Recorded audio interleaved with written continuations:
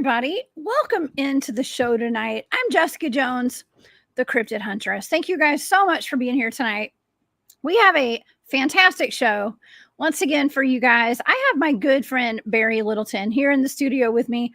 We're going to be going over a very interesting target that I was giving quite a while ago. It's been a few years actually since I got this one, and we decided to talk about this one tonight. And I think this target does connect to some other things, some other targets, some other alien abductions. And we're going to talk about that tonight. Okay. And we're going to be talking about the Pascagoula, I think that's how you say it, UFO and alien abductions. Okay. If you guys aren't familiar with that, you're going to get a good dose of it this evening. And so you guys go grab your popcorn, buckle up. We're going to go for a fun ride tonight. And I wanted to say happy 88 portal or 88 portal, 888 portal. Okay. Today, this is a very wonderful day of new things. Okay. Like manifesting abundance and all sorts of fresh new energy that's coming in right now. So I wanted to have a show where we could have some fun and uplift you guys today a little bit. And I know some of the subject matter is going to be a little bit, I'm going to say dark a little bit because of the alien abductions, but we're going to have a good time talking about this stuff. We're going to, we're going to package it in a nice way tonight. Okay. Cause I think we all could use a good dose of good vibes tonight. So thank you guys once again for being here. If you guys would like to follow along with all of my shows, if you've missed a show, go find it on my website. That's thecryptidhuntress.com. Everything is up to date there and posted, including all of the events that I will be at. I do have a couple more that I haven't added to my calendar yet, but if you scroll down to the bottom of my website, you'll find my calendar of events where you guys can come out and see me and come hang out and hear me give presentations and maybe go Bigfooting with me as well. Also, if you guys would like to follow along with my data for the show tonight, I have it all posted in Patreon. Go become a member of my Patreon. I would love to have you guys there. And I want to thank all of my current members right now. Thank you guys so much for all of your support. It means the world to me. And I just got some really cool magnets and bumper stickers and all sorts of stuff in. So all of my VIP members are going to be getting their magnets and their bumper stickers and stuff this week. So thank you guys so much for all of your support. Also, and also on my website, I am offering services now for intuitive guidance and card readings and things like that. So that is on my website. If you guys want to go book with me, that's at thecryptidhuntress.com. That's for a limited time. You can get a reading with me. And it's like a 45-minute reading. Sometimes it goes a little bit longer than that. But you guys are welcome to go book with me on my website for a limited time. And also, I do have a shop on Etsy that's called War Woman Goods. Thank you guys so much for all of your support, for everybody who's bought stuff out of my shop. All right, let's get to our show, y'all, because we have a lot to talk about, and I can't wait to get to it. All right. The Pascagoula Alien Incident is one of the most compelling UFO and alien abduction cases in history. On the evening of October 11th, 1973, 42-year-old Greg Hickson and 19-year-old Calvin Parker told the Jackson County, Mississippi Sheriff's Office that they were fishing off a pier on the west bank of the Pascagoula River in Mississippi when they heard a buzzing sound and saw two flashing blue lights. They observed an oval-shaped object about 40 feet in length and 10 feet in height. And Parker and Hickson claimed they were conscious but paralyzed, while three creatures with robotic slit-mouths and crab-like pincers took them aboard the object and subjected them to an examination. After the terrifying incident, the men found themselves back at the riverbank, totally confused. Their stories have panned out. Okay, and they were given lie detector tests. These gentlemen actually did hypnotic aggressions, and I think it's one of the cases that actually people believe this case more than most other cases. But there are other cases very similar to this, like the Travis Walton and the Betty and Barney Hill case. we're going to talk about it. To help me do that tonight, I have my very good friend, Barry Littleton, here in the studio tonight. Barry is one of, like I always say, a cutting edge researcher who just got back from the Appalachia Starseed Reunion Conference. And if you guys haven't already done it, please go and subscribe to his YouTube channel and his Patreon. Please help me welcome to the show tonight, Barry Littleton. Hey, Barry. Hey, what's up, Jessica? What's happening? Hello to your audience, too. I'll tell you, very interesting. Very interesting. That conference was very interesting. I'd like to talk about it for a second, actually. Yeah, I was going to ask you. First, you were very much missed at that event. All right, I got about 100 questions. And it was, where's Jessica? Where's Jessica? And a lot of the shows we've done have been looked at, a lot of the people there. So it was very, very cool. I actually underwent some healing there, which was interesting, and I'll tell you how. I have been, none less than vocal that I'm very disappointed and disgusted with several people that have these very big platforms in this community. Okay, so I've been no less than vocal about that. I know it's upset some people, but I'm keeping it real. I try to stand for truth, and I don't like some of the crap I see going on. Not good people need to be exposed, not just sticking your head in the sand. Oh, God. Anyway, so in that way, I received some healing. Okay, there was somebody there that I know that you're cool with, all right? And that would be somebody that in our initial meeting in Illinois, this gentleman rubbed me the wrong way 3 times, okay? And I was not a fan of them, and I was somewhat vocal when people would try to put their work in my face and stuff, all right? That individual was James Rink, all right? And you remember when we met him, actually, it didn't go very good when I met him. So, but this time he was at this event, okay? And he kept conversing with me, and I pulled him aside. I told him, I don't hold back. I said, man, you very much offended me when we first met. And, he kind of had told me why. It was not intentional. It's something he's working on. And I got to know this individual. We wouldn't have a brew. And, I got to tell you, I like James. He's all right. And he's not trying to hurt anybody. Okay. And he's coming from a really good place. He's an expert on that SSP stuff, those type of encounters, historically what they are, way beyond anything I know. I don't know that much about SSP and what all that is, but he does. He's an expert at it. And we talked for a long time, hung out for a while. He came and stayed at the place I was staying there. So we talked for quite a while. And I like James. But I'll say something I noticed, though, okay? He's got some things he's working on. And I think, he's got a big following, and it's an organic one. It's real. We looked it up. It's real. It's not just bought views or bought subscribers. And Jessica, I'm seeing, I think, a few individuals in the community take advantage of him. And I don't like that. And I'll stand against that. And I'll stand against the people that do that to him. All right. I love it. I don't like people that exploit those that are dealing with things. I've dealt with stuff. For Christ's sake, I took 4 traumatic catastrophic brain injuries. So I know what it's like to deal with issues. You know what I mean? So I think it's not, so I won't be any deal that anything that hurts that gentleman or something against him. We actually went and saw the Brown Mountain Lights. He and 3 other people. This is he lives there, so he wanted to go check it out. And it was cool. He drove us there, and what a creepy mountain that is. I mean, that's not somewhere like I would go for my spiritual awakening. You know what I mean? But nonetheless, we saw something interesting there 2 times. We first pulled up. I saw 2 things that I cannot explain. And then at the little spot we went to and hung out for a couple hours, we saw a couple of things there. One of them that did appear to be some type of a plasma activity. So I think that's really interesting, in dealing with it. And I kept telling him, I said, Jessica did a show. She remote viewed this area. We did a show on it. I didn't realize it was me that did it with you. I forgot that one, but very interesting place that is. I mean, it feels.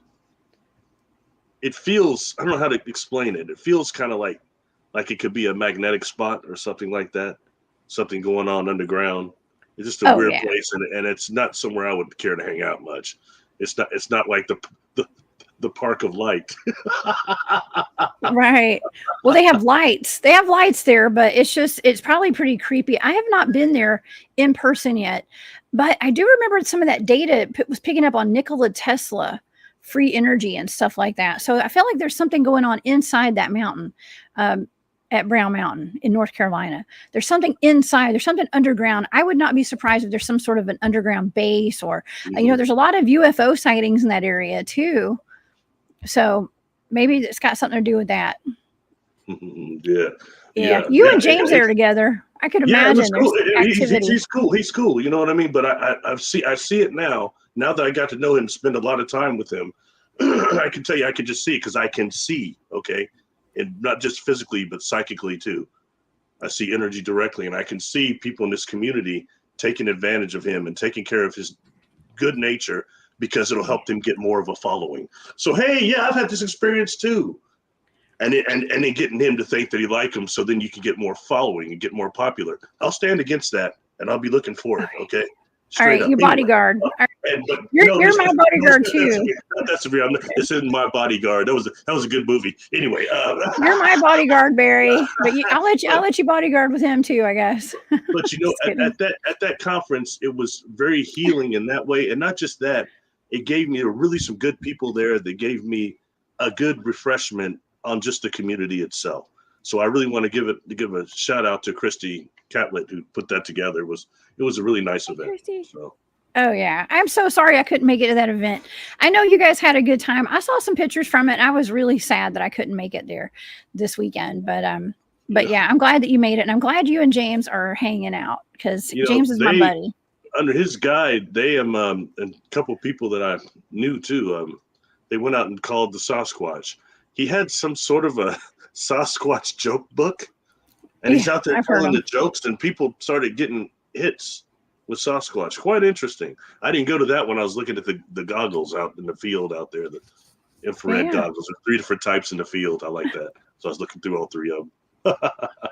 That's awesome. Yeah, we were out doing some field research this past weekend too, and I took Ben out there, my kid, and we were seeing some weird things in our FLIRs and our thermals too. So it was an interesting weekend. I've noticed that the energies they seem kind of different right now. When we were out there, first of all, things seemed a little more peaceful out in the environment for some reason. Things seemed a little more peaceful. And I remember thinking the trees and the environment, everything around us was so much more beautiful and green. And there were mushrooms everywhere. I'm not used to seeing so many beautiful little mushrooms all over the place, and flowers that I'm not used to seeing out there where we do our research. And I thought, man, I think I went into a different timeline. I think I did. Or maybe it's just the weather's just perfect for it, hot and humid. I've never been to that area. It's quite beautiful and mountainous, and we were pretty deep out there. In the infrared, I saw several times, like twice, I saw something eject from the ground up. It's the Perseid meteor shower right now. So you see a lot of meteors, but this thing was going up. And it was very fascinating. We start dealing with what all we have in the skies when you get into remote areas like that, and how you can see them. I must say, as beautiful as North Carolina is, though, maybe Oregon and Washington is just a tad bit more. It's, they're different. You know what I'm saying? Yeah. Yeah. That's from the person that comes from the plains. There's a bunch of plains where I live. So to see any mountainous things is quite an exciting event, as you might imagine. Anyway. I bet. Well, I'm glad you had a great time, and you saw potentially some weird anomalies out at Brown Mountain. And man, I wish I could have been there. But tonight we're talking about the Pascagoula UFO and alien abductions of these 2 gentlemen that happened back in the 1973. Now that was a little bit before my time, just a little bit. But nonetheless, this was a major event that happened as far as UFOs and alien abductions go, because these guys seem to be pretty credible with this story. Have you heard of it? Yeah. I'm most familiar with the beings that they said took them on board the craft.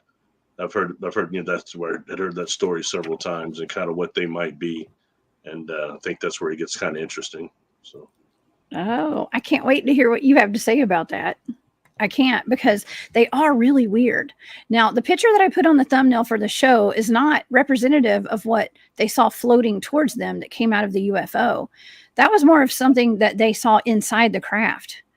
Okay, because what they saw outside. Now, maybe I should go over this story, the complete story of what happened and what was leading up to this. Now, let me pull some pictures up for the audience tonight, for everyone who's watching. Let's see. Okay, we're going to put this picture up. These are the two gentlemen that we're going to be talking about tonight. Now, Calvin Parker and Charles Hickson were friends. They worked together. They went fishing after work at the Pascagoula River. They were talking about life. They were relaxing. They were just having a good time, chilling out, when a UFO approached. A blue light appeared in the sky from a disc-shaped craft about 40 feet long, 10 feet tall, and it hovered above the water. This is kind of what it looked like right there. I think it was more, I want to say it was more daytime though, but it was a blue light. As it got closer, they were frozen. They said they couldn't move, and three creatures approached them. Here's a representation of kind of what they looked like. They were each about 5 feet tall with white wrinkled skin and grotesque faces. They floated to the men. They had no necks, lifeless eyes, crab-like claws on their hands, and they made a buzzing sound. Now, these gentlemen were grabbed by these creatures, and they were taken into a spacecraft. Let's see. Charles said that he felt numb and detached from his body. He felt like he was separated from his body, but Calvin actually passed out. I think that he was either he was in shock or, I talk about this quite a bit with my experience. I feel like I get put to sleep whenever I'm in the presence of an ET. So Calvin passed out. Charles's mind was racing. He felt cold claws wrapped around his body, and he was praying that this was a nightmare. Here's another description of what they look like. Okay, this is something, it almost looks like the Michelin Man or something. I don't know, like a mummy. It's very odd. Now, what's even scarier, okay, and now this is actually kind of similar to the Travis Walton story and the Betty and Barney Hill story. Okay, so Calvin woke up on a flat surface in the craft. The room was lit up and it smelled like ozone, they said. Ozone, like it smelled like after lightning strikes in the sky. He was being stared at by a female alien, he said. She tried to reassure him that everything was okay, and she was telepathically communicating with him. She kept letting him know that she wasn't going to hurt him, but she pinched his cheek and slid her long finger into his mouth and held it open, and her fingers like stretched out like probes. She was basically probing him with her fingers, but it was on his mouth and stuff. I want to throw something in there. In the accounts, he said that she looked like an alien. She looked like a human. He said a human he would ask out on a date. Yeah, except for her fingers. Like I think the bird and the other next finger, I think, were elongated. Middle finger? Yeah. So, but I mean, I found that interesting, and the correlation between that and Travis Walton, when they actually brought out a humanoid that calmed him down a bit, but it had that glass bulb that the glass looked like a fish bowl over its head. But I mean, that's two examples of how they bring out these. And that gentleman said that he thought those creatures that brought him in the thing, the Michelin Men, I like that he thought they were robots. Yeah, they had robotic mouths, I believe they said. Now, so this gentleman tried to scream. All right. Calvin tried to scream, but as he tried to scream, he couldn't scream, and she took something out of his nose, almost like he had an implant or something, potentially, because they said that she was extracting something from his nose, or maybe they had stuck a tube up his nose or something. I'm not sure. But Charles was in another room being examined, and an object about the size of a football, they said, floated over him, and it started scanning him. And three of those original beings that looked like this, they were all standing around him, and they were probing his mind, and they were getting information from his memories, he said, as he was being scanned. So it was doing a mind scan of him. And I find that interesting too, because you said that there was a human, okay, like a female woman. And that's very similar to, well, first of all, do you think that could have been a screen memory? Because a lot of this stuff could have been screen memories, I think. But this is what you hear a lot about alien abductions, even at the ones that are like in Georgia, the Troop Herd Corridor, where I do Bigfoot research down there. There's a very concentrated amount of alien abductions that have happened there. And they're often reported to be ETs and humans at the time of the abduction. Like they're there. It's almost like military and ETs are working together or something. Dare I say military? I don't know. But it's humans. I've had that happen in a number of regressions. And these black uniforms, militant black uniforms, to me, they kind of sound like, since Jessica Jones is a rap fan, I can say this. You remember Public Enemy, the PE? Yes. In the back of the PE, they had the S1W, Security of the First World, the brothers that danced in the outfits. Mm-hmm. They're outfits that are always described to me being quite similar to that. Okay. And it's some sort of organization that it's some faction of Big Brother or whatever, but they're always working with different extraterrestrial species each time. And it seems to be these factions that I know the term breakaway is real popular now, but I think they're breakaway civilizations. Like, I'm doing last regression I was doing that involved that. And I think I mentioned it on your other show that they're using these children to summon the spirit of Belial, the actual entity itself. Yeah. And when doing that, that type of so I kept picking up the Legion of Doom, like from the Super Friends. And I think that's what all those factions were and why those cat beings couldn't turn and look at the children at all. They kept turning their backs. They didn't want to, they were a part of this, but didn't want to be. And it was quite interesting, So, but I mean, dealing with that, it all comes down to this, but that faction that you're talking about, these black outfitted militant people, humans. They come up a lot and they're humans. I always ask during these abductions, who's doing it? And if it's a screen memory, I can usually detect it. But often it's just straight up people doing this, Yeah. Okay. It's interesting that you brought up Public Enemy. And because I was just showing my son a picture of him with DJ Lord. He's the newer DJ, or he was, with Public Enemy. So yeah, my son was hanging out with him when he was a baby.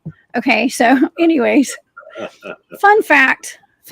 Yes, I do. I do know rap and hip hop and all that stuff. Okay, quite well. But anyways, that's really interesting that you've actually encountered that in regressions too with some of your clients that you have, because that seems to be a common factor, and it's a pattern. Okay, because we're seeing patterns in this stuff that we're remote viewing and we're looking into. I've done a video too on alien mind scans. It's a few years old now, but that is something that is devices that they use to project, virtual reality, to project, not just false environments to us, but they actually are scanning our consciousness and subconscious too. They're getting into our mind the same ways that demonic do in that way. So I think that's very much, but they often do it with the use of technology or just by hypnotic gaze. And it's very much be aware of these beings that when you look into their optical eyes, you become paralyzed. These things like that. You don't think that you have species that could do that to us consciously, but you do.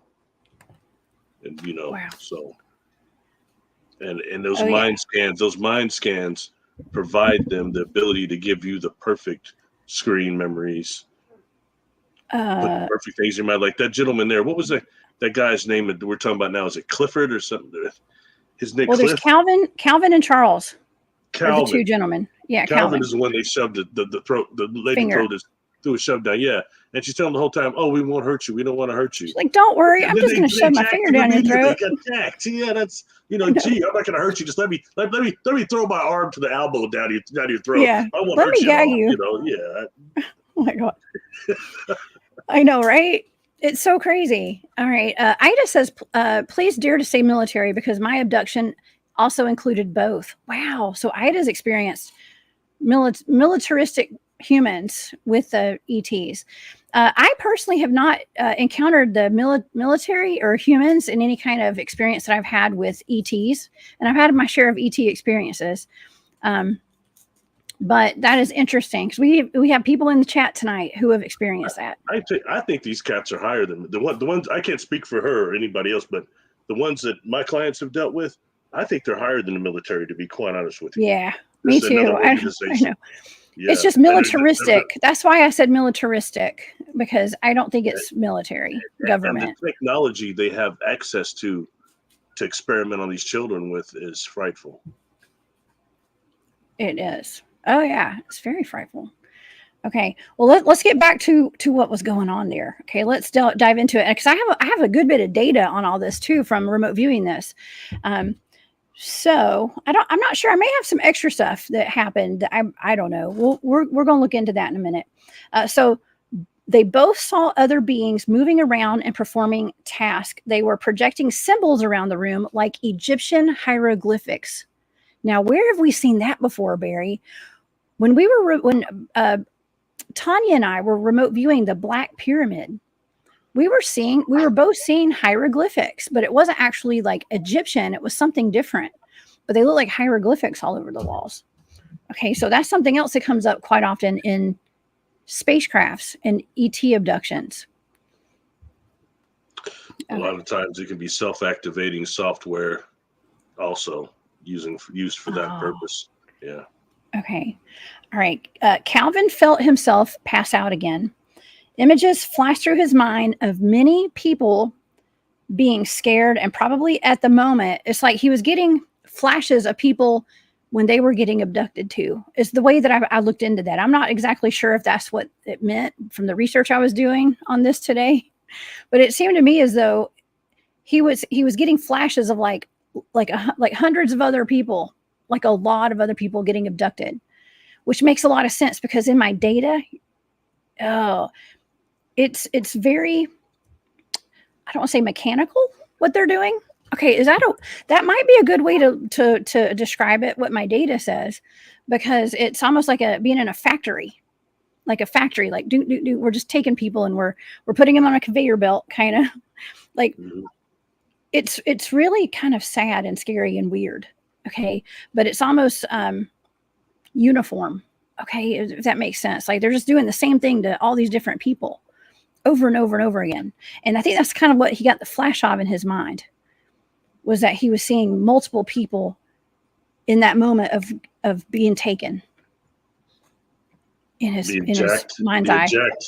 In terror, traumatized. Yeah. Yes. I guess so. Yeah. Okay. So then they wake up on the riverbank.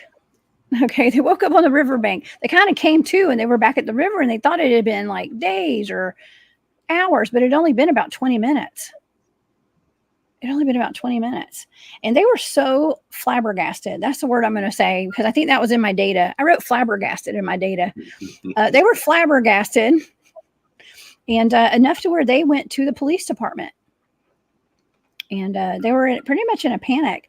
They went to the police department. They were recorded at the police station, panicking about what had happened. So they had actually gone in and they put them in an interrogation room, I guess, that had recording devices in it.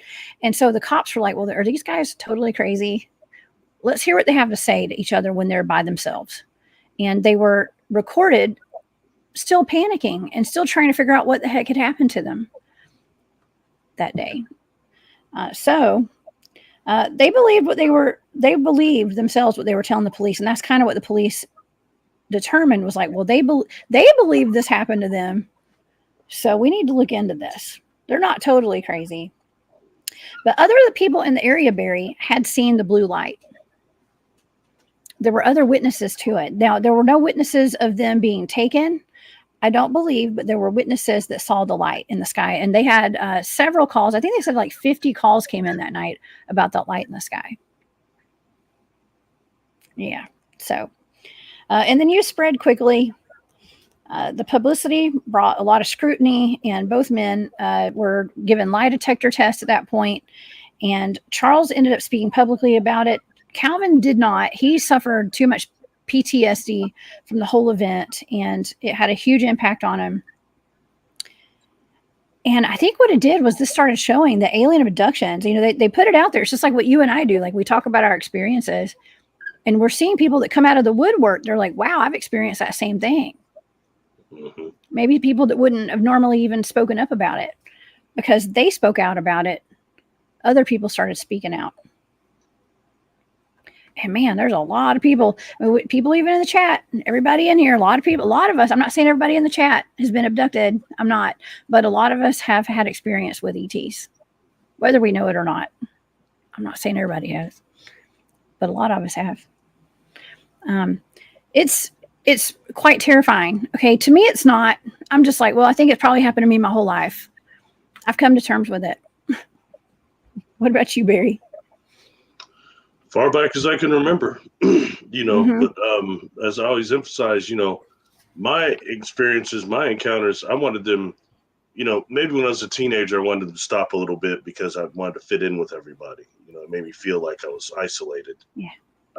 But outside of that, I always wanted my experiences to increase, you know, and like that survey with Ray, when asked that over 4,000 experiencers, the majority said they want them to continue or increase, you know, if for nothing else, for just better understanding.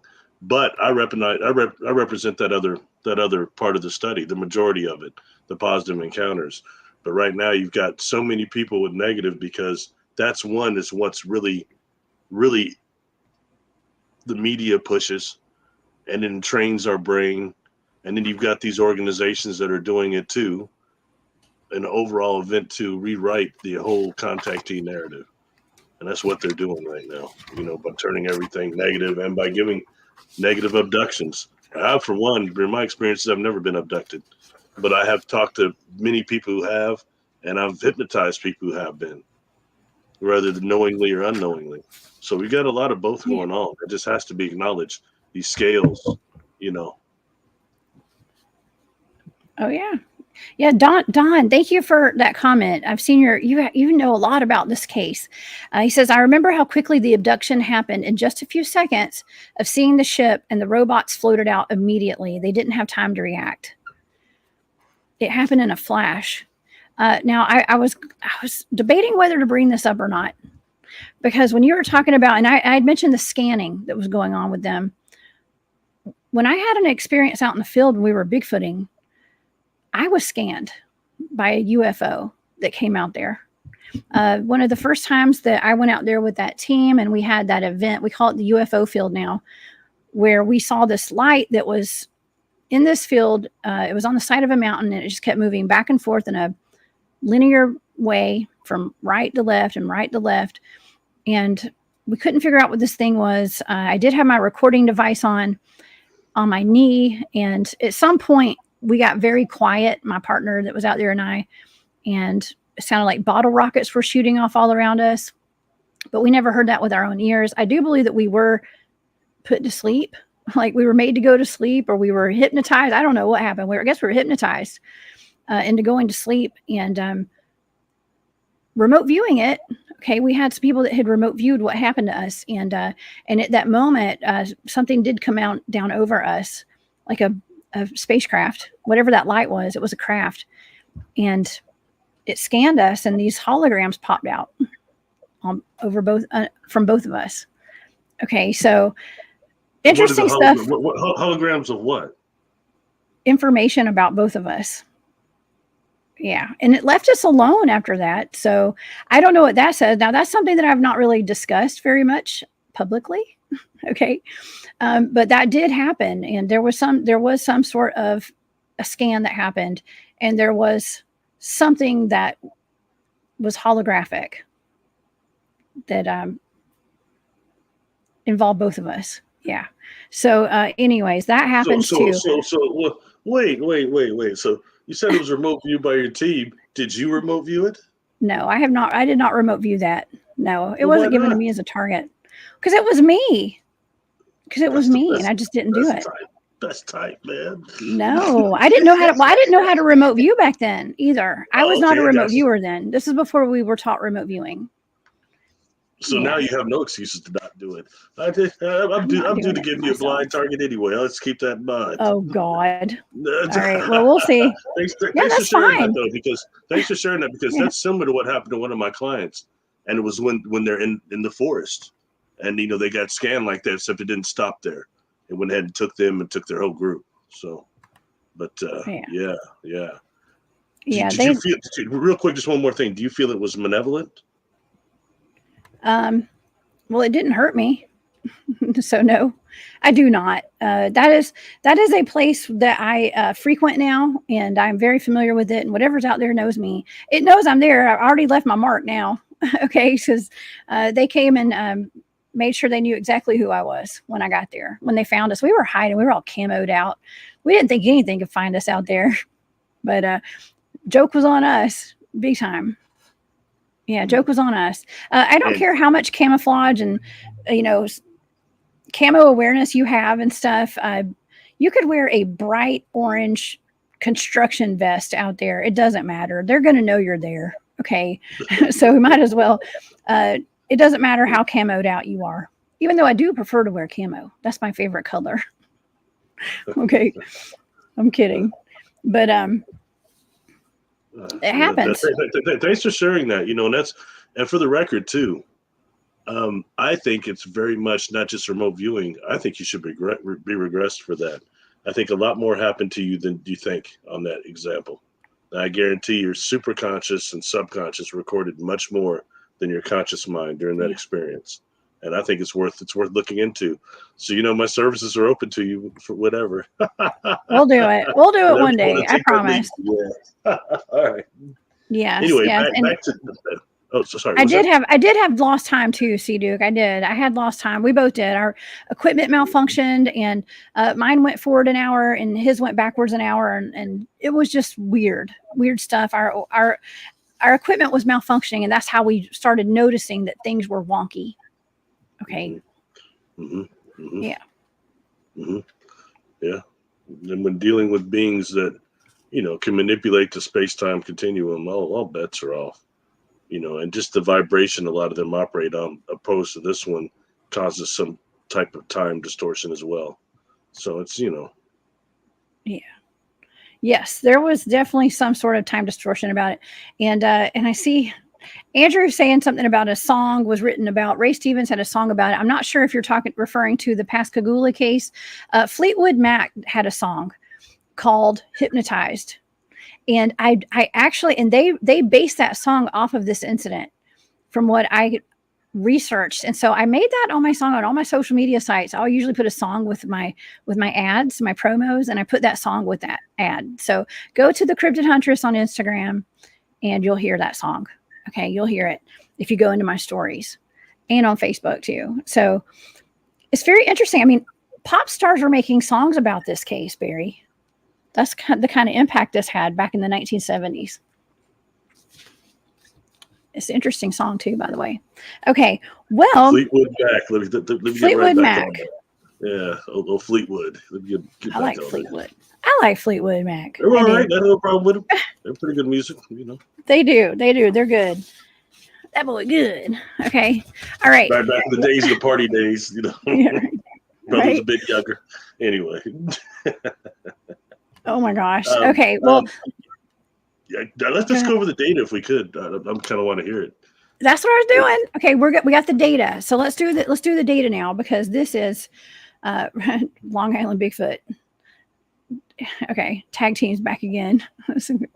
Okay, let's just do it. Okay, so for this target, this was done 4 years ago. Okay, 4 years ago, and so I had to really analyze it really good, because it's been a while since I did this one. And so so some of my sensory data, I'm just going to go over some sensory data. I was picking up on something that was I was getting a lot of panic and alarm and panic. I was hearing alarms going off, something that was heavy, shocking, intense. I mean, this was a very intense target, by the way. I was picking up on levitation and spinning. Okay. I wrote levitate and spinning, for that. That's part of it. And let's see. Oh, Adolf isn't here now. Adolf had an experience too. Okay, and where he had an abduction experience in the mountains as well. And so we'll just discuss that in a minute. So thank you for being here, Adolf. He's been on the show before, y'all. Y'all know Adolf. Okay. So I was picking up on levitation and spinning. Now, some of the stuff I wrote down, I actually wrote down, I was hearing alarms. I wrote down basic needs. I don't know. I wrote down close encounter, which is interesting because isn't there a movie called Close Encounters of the Third Kind or something? So I wrote down a close encounter. I wrote down flabbergasted. Remember flabbergasted? I was super panicked though, and I was feeling like I was out of breath. I started smelling. I wrote down ammonia. Okay, but I was smelling urine and blood. I was literally smelling urine and blood, and it was like I think the ammonia was like the urine smell, I guess. Okay, so I was definitely, and I wrote down hospital because I thought I was in a hospital. I was getting at this point I was getting a hospital vibe. Okay, something that was very clean. I actually wrote down clean in my sensory data. So something that was very clean. I wrote down hospital and surgery. I heard zero effect, but I don't really know what that means. So zero effect. I wrote down ground zero. I was getting a lot of zero data. I started picking up on a factory, and I wrote down revolve, factory, and factory system. And I actually wrote down moving on a conveyor belt.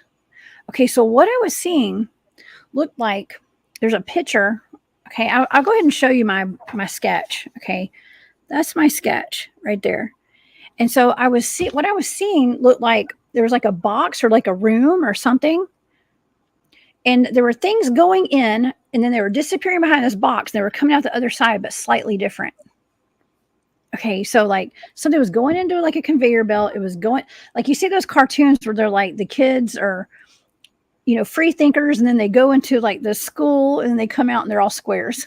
Okay, like that kind of a thing.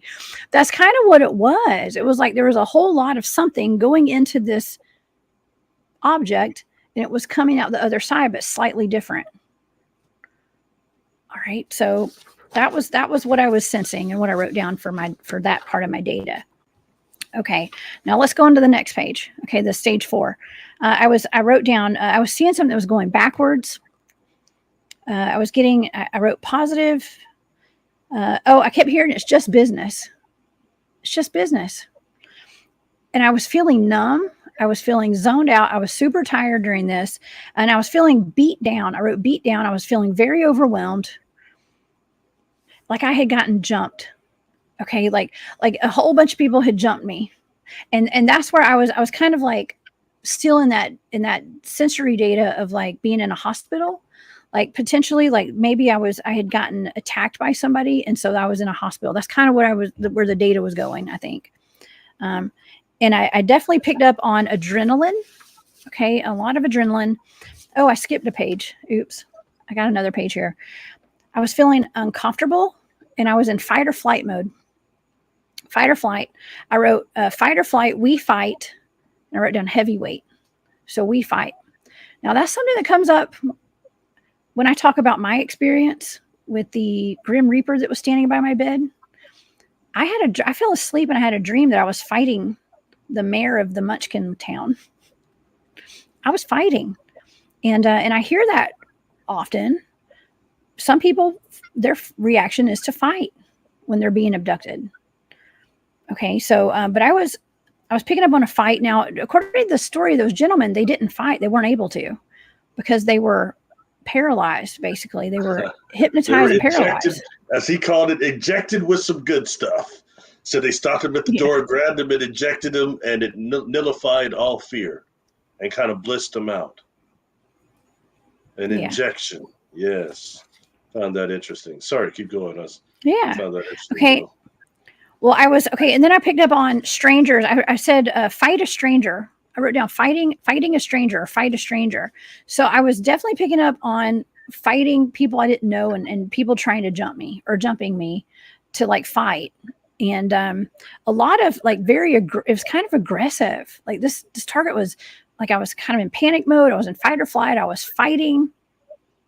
Okay. That was the majority of this target was like me feeling like I was having to fight and fend off attackers. And so the environment, I actually wrote down like the aesthetic of the room that I was in was very bright lights. I wrote lit up lights, bright, and I was seeing people. Now this is interesting because one of my tangibles, like something that was like in the room with me or wherever I was, I wrote people, beings, human with a question mark beside it, and then humanoid with a question mark beside it. So it wasn't just there were multiple people there, but I couldn't tell if they were humans or something else. I did ask, I said, who are you? I did a deep mind probe on one of them. I got into one of them's head. I said, who are you? And I just heard watching you. The Watchers. God, that comes up so often when I do a deep mind probe of some of these cryptids. They say they're the Watchers. Okay, so I got the Watchers. That's become a broad term. Yeah, it's weird, but they're watching, I guess. So, observers. I wrote down observers. Okay, that was actually the second page. I kind of skipped a page, so I'm sorry. So that was I went from the feeling like I was in some kind of hospital, okay, and fighting people off a little bit, to being in straight up fight or flight mode and fighting a stranger and trying to get away. I'm not trying to get away. I was trying to fight. Okay, I was fighting. I heard in this target, I heard like pay close attention. I wrote that down. Pay close attention to whatever this is, and that's when I started picking up on all the people that were there. Like it's almost like I was being told to pay close attention, and I started noticing all the people in the room with me that may not have been people, because I put a question mark beside human, and then I wrote humanoid. But I actually wrote down for medical purposes. So when I was asking them, who are you? Like, who are you? I said, I just wrote down for medical purposes underneath that. So that's the whole target right there. I think that's some interesting data. Okay. I think that's very interesting data, considering this was the abduction, the potential alien abduction. Now people say they do believe these guys really did get abducted, but in this target, I was fighting. Okay. And I feel like that's probably what they were both experiencing while they were in this experience too. They were trying to get away. They were fighting. They weren't trying to get away because they couldn't. They wanted to fight, but they didn't because they couldn't. They got juiced up, so they couldn't. Yeah. You had said something when you sent me the data, and then you remember what you said right after that? I said I blacked out where I lived. That's all I said. No, yeah. After that, what you felt like this was. Oh, I was like, yeah, because see, on my data, I have to put like personal information on there because I probably am not supposed to be sharing this with the public with a lot of stuff that I do. So it's on my Patreon though, and so I'll black out like my town and stuff where I live because I don't want nobody hunting me down. Okay. Yeah. What did you say? What did you want me to say? What did I tell you? You're right. I'm fine. I just started thinking. I know, right? I just lost my train of thought. I did because I was trying to explain why I blacked. Well, see, because I've been doxxed once, okay, online, and that was pretty inappropriate. Somebody did, and put my hometown on there, and I did not. That was not cool. So I black out my town. Yeah. Okay, but anyways. Yeah. Okay. What you said after that? I don't remember. You got to tell me. Oh, you said that you felt like this was a routine deal, and you just went in deep with that. You said how much you felt this was like a species that was routinely doing this with people, and it was something you said about a paragraph worth of stuff that was alluding to that. And in all reality, when you said that and the way you described it, it very much reminds me of the very first cattle mutilation hypnotic regression done by Leo Sprinkle over that lady. I can't remember her name. That's going back like almost the late 60s. I want to say 70s. And what she saw, actually, this thing going up, she saw the cow going up into the craft. in her field or whatever. But then when she got regressed, she was actually on that craft, and she described how these beings, one of the types of grays, it sounds like to me, that was actually they were doing experiments on the cows in terms of something that would be similar to what we would call an acoustic scalpel right now, which is still somewhat newer technology, but it's bloodless removal. That stuff is bloodless that's used by the acoustic scalpel. So she's describing something like that. And that's technology I'm describing now in the last 10 years. This was, decades ago. But the way you describe that and the way they're doing this routinely, it sounds quite similar to that to me. And maybe the same type of a treaty, whatever it is, these beings have, like those ones that have to abduct cows for these various reasons, which I think goes down to actually the genetic reproduction ability of cows with whatever these humanoids are. There's supposed to be some similarities with human, but not like it would probably be with them. So food for thought, Oh yeah. Yeah. I did get the sense that there is it's like a factory. It's like we're cattle.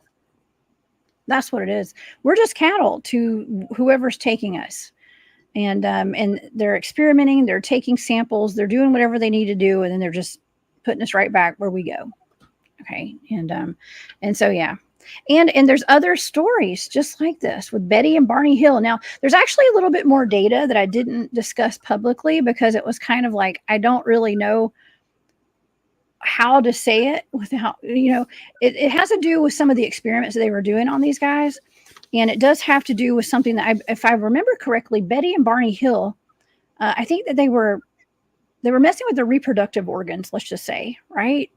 And that happened with them too. That was in my data, by the way, because there's one word that just kind of sets it off. Now, if you're in my Patreon, you'll see it. I'm not going to say it here, but I think that they were taking like samples, let's just say, from these guys, because that was in the data. And I think they did that with Barney Hill as well, from what I can recall.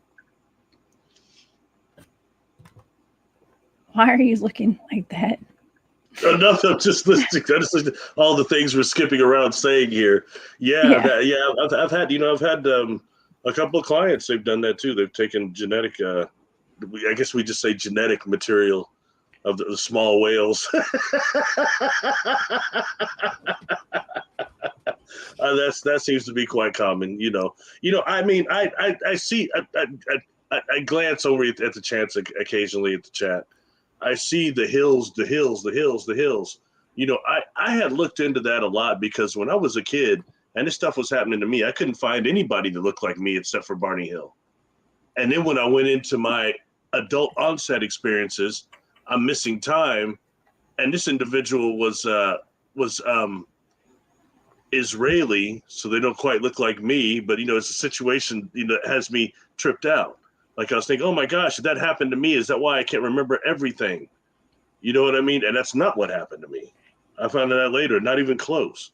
But nonetheless, I think that's important. There's some things about that I think need to be that they're overlooked. When I first heard about Barney and Betty Hill, I watched an interview with her.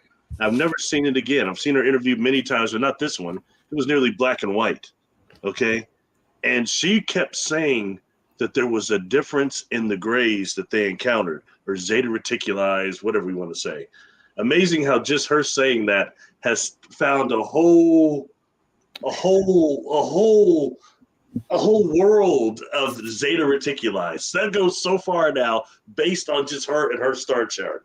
I mean, it goes so far now that it gets a little bit crazy. Anyway, but going back to what she said about these different grays, she described the leader that had that hat on as having a very large nose, different than the others. And she said he had a nose like Jimmy Durante. Do you know who that is? He was the schnoz. That's like back long before I was born. Schnoz. My mom used to watch all that stuff, like the schnoz. Yeah. He's back there hanging with Regis Philbin. Those guys are dogging out Regis Philbin. Regis. Yeah, they were. I remember him. Anyway, but that guy had a huge nose. So anybody that looks up Jimmy Durante and put that gray on him, and when you start taking that type of a gray and go to things like Oh, the Holloman base, where they get out and they're talking to one of the presidents. These beings get out. They were described as having these huge noses too.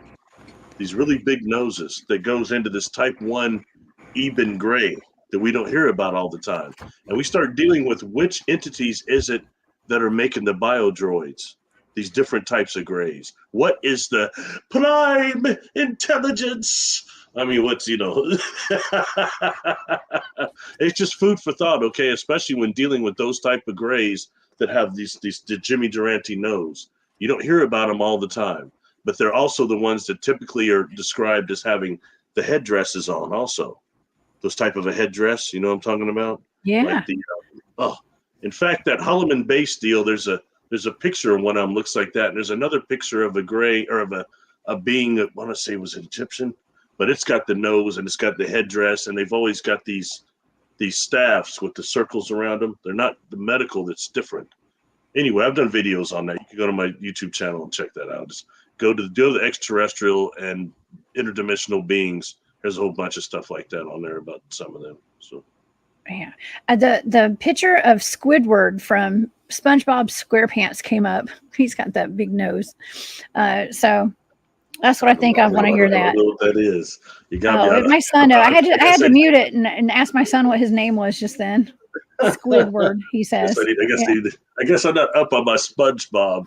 That's so good. That's a funny cartoon. Kira, thank you so much for that super sticker. She says, "Happy Lionsgate to all. Love you." I love you too, Kira. Thank you so much for your support. And yes, happy Lionsgate, everybody.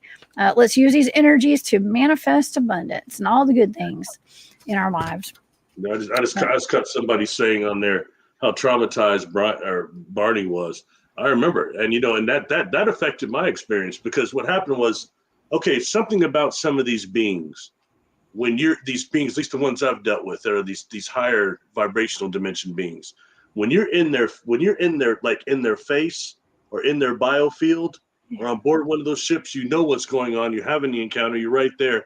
But then when you're not in their face, you're not in their biofield, the event horizon starts fading. Okay. And so it led me to think, oh my gosh, they must have erased my memory like Barney Hill. And somebody else was with me during that first experience, and they're saying it wasn't like that though, because it seemed positive. But all of a sudden, you've had this encounter. You can still remember some of the information, some of the technology, but it fades like by the second. You know what I mean? And for me, it was that they erased me and my mind as much it was the vibrational difference. When you truly experience a different density, another vibration, it has the ability to almost put you asleep. You experience in a dream-like fashion. Remember, we are spiritually beings that strictly respond to stimuli. That's what we do. Kind of like trees. Trees respond to stimuli. They're stationary life forms. But spiritually, we have the universe passes through us, and through our assemblage point is the world we assemble. The lights, the filaments that go through that one spot. When I was younger, I would look at people's auras, and I thought I couldn't see because it didn't look like what I see in the pictures. The Janine Paulson pictures, all the colorful deals, and it wasn't. I would see this white, grayish thing over people that extended 6 feet or beyond their body. Okay, and normally it was either spherical or mushroom type shaped. Okay, and in the middle of that, I would see this black spot. I didn't know what it was. It seemed like a hole, but it's called the assemblage point. And universally, when created, what filaments of universe goes through our entire luminous cocoon, okay? And through that actual point is where our perception assembles the world that we experience. Okay, so there floats around on a thing they call the band of man, which is where Earth is, at least for us perceptually. These are important things. So I had to learn that. Instead, I think I wasn't seeing because I wasn't seeing a bunch of colors, blue and gray and all the stuff you see on the cool pictures. But I was seeing, definitely. So that's just food for thought. We all don't see the same way. Anyway, enough of that. Let's go back to talking about abductions. Oh man, I know, right? Well, here's a great question from Rain, who's asking why Why would you think they would have everything humans had to offer by now? Why are they still abducting humans? Why do you think, Barry? Do we have an Well, answer for this? well, it could be like the one client that I had done that I called it the soul fracturing regression. That's somebody you and I both met at one of those conferences who wanted to do one of these, and that isn't what they thought it was. But I mean, when that comes down to it, and they were saying that they were trying to fracture his soul to inhabit all of these different clones in these different dimensions. Okay, that Oh they've been my using gosh. the sperm that they took from this gentleman during this AI unit took it, and all these beings are using that, and he's in their dimension to try to make clones of him. But then they're trying to fracture his soul by seeing how far they can when they actually remove his energetic being, his his energy body, his dream body from his physical body, and that happens to a lot of us just by location. But they're trying to see how far they can get the ship and then his body away from that energy away from his body before it naturally pulls it back. Okay, which is all of our self-preservation. But that's what was giving this gentleman nightmares, night terrors, was that process and that feeling of that. And at the end, I asked him, I said, well, this is negative encounters, right? And they're sitting there, I mean, they're completely under. Oh, no, I wouldn't say that at all. You wouldn't say that? What? I said, why not? And they say, well, because they're trying to be more like us. They can love, but they can't love like us. They love like almost earth animals do, but not quite like that. But it's not the way we can love. And they want to be able to love like we do.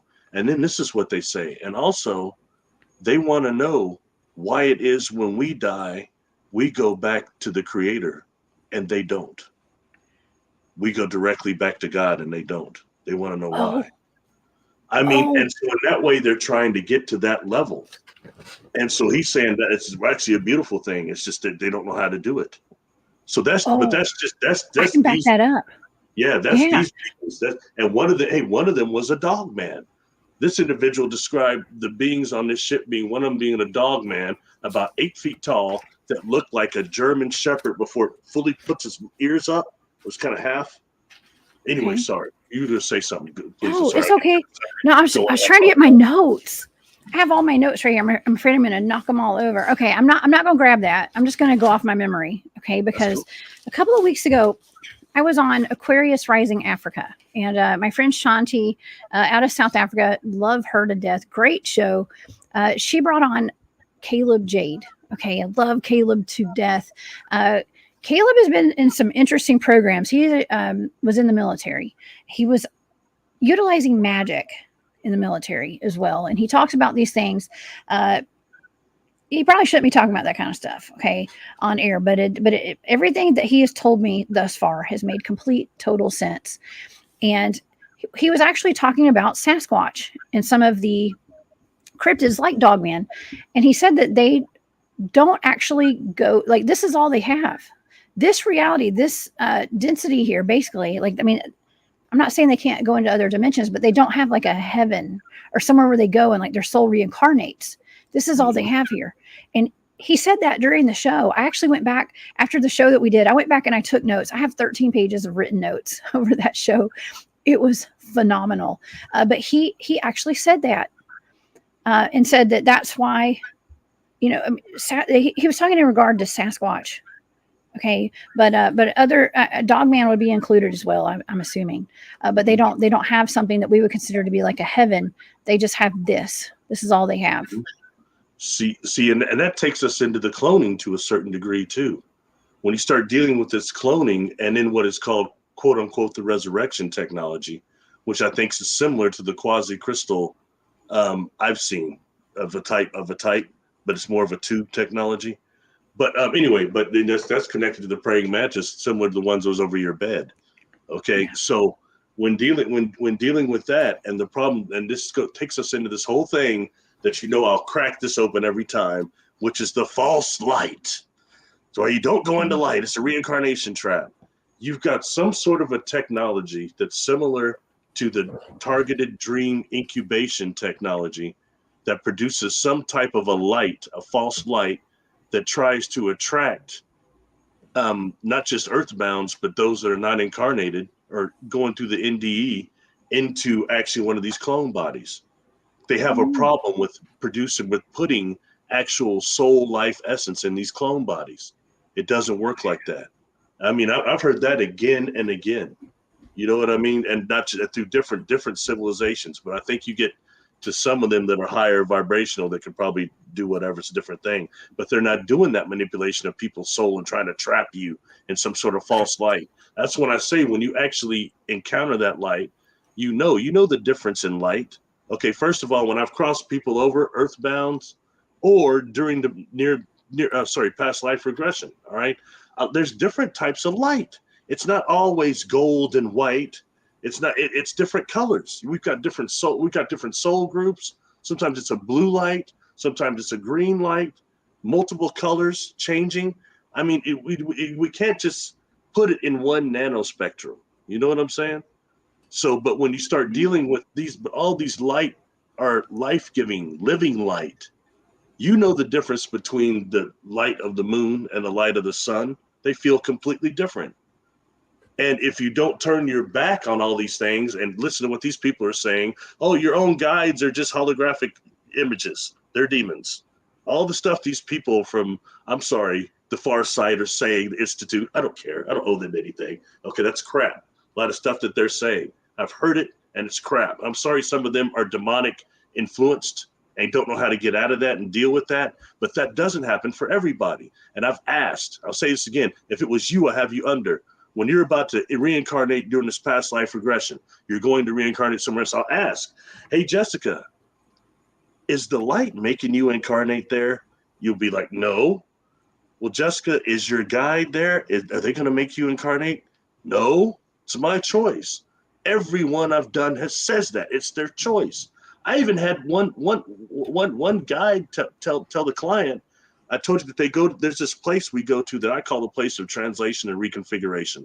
It could be a library, a pond, just somewhere where the guide is going over your life choices with you. It's yours. You're going over your own stuff. And and they asked us, so was the guide making you reincarnate anywhere? Person's like, no. But they did say, it's my choice, and I could just stay here if I want. But I might get bored. I said, yeah, probably. Yeah. So, I mean, it's that type of a deal. We need to be aware of these things. We don't have free will, that's a trick, and everything's a hologram, and this and that. All of those are only to varying degrees.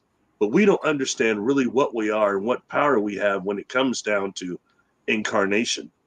And really what we dealt with, and I'm coming up against this now, and I'll shut up because I'm getting off topic. I'm getting real excited. I'm in a good mood, so forgive me, my friend. Better than being the negative Nancy or whatever they call that stuff. Debbie Downer or whatever. Anyway, it's kind of just very interesting when dealing with that and the people that have the ability to do that, to come back, and how much control we actually have over that process. It's underestimated a lot. And until somebody gets in, actually does the work. And I do believe you and I have talked about this. When viewing the light, I had you remote view the light. You didn't know what you're looking at. Well, how come you didn't see the soul traps? Like the Far Side Institute saw. See, there's a reason for that. You think this is a war between dark and light and dark. And that is a major program being put forward to discredit the light. Okay, and in that same fashion, okay, you think there's not entities that is not influencing remote viewers when they're trying to look at that? That's the main people. They're going to be after y'all first. Yes, first, or otherwise you'd be getting the same thing that these other individuals got. I know. I mean, I hate to say it like I was setting you up, but I just had to prove a point. You know what I mean? Well, I mean, you know what I mean. You're setting me up. Because this is causing a lot of people to get stuck here. And I'm starting to deal with earthbound spirits now that said, well, I didn't go into light because I thought it was a trick. But then there's all this darkness and I'm in pain and I have to go join with other people, but they won't listen, so I just joined with them. And then they're hurting these people. You know what I mean? And it's not even, some of them aren't even negative earthbounds. Some of them are truly lost. And then you've got something else I've encountered. Well, I have to hurt people because the others told me that if I didn't, they'll send me to the pit. So what's the pit? I don't know, but it's painful, and they say it's darker than this, and it's so dark here now, unless I'm living through the other people, and then they tell me hurt those people. So it's, food for thought. What I'm telling you. So then when I get these individuals to cross over, start talking about the creator, I get them to go ahead and cross. We better go on cross, because if you don't, you go back there, they're waiting for you. Yeah. I mean, this is serious stuff. When you're out of your body, you've got these other forces all around us, negatives that are influencing people, putting voices in people's head. I went to this conference, and I talked about voices. That's one of the new things I put on my presentation. I think it's important. And I do it kind of along with Earthbound Spirits.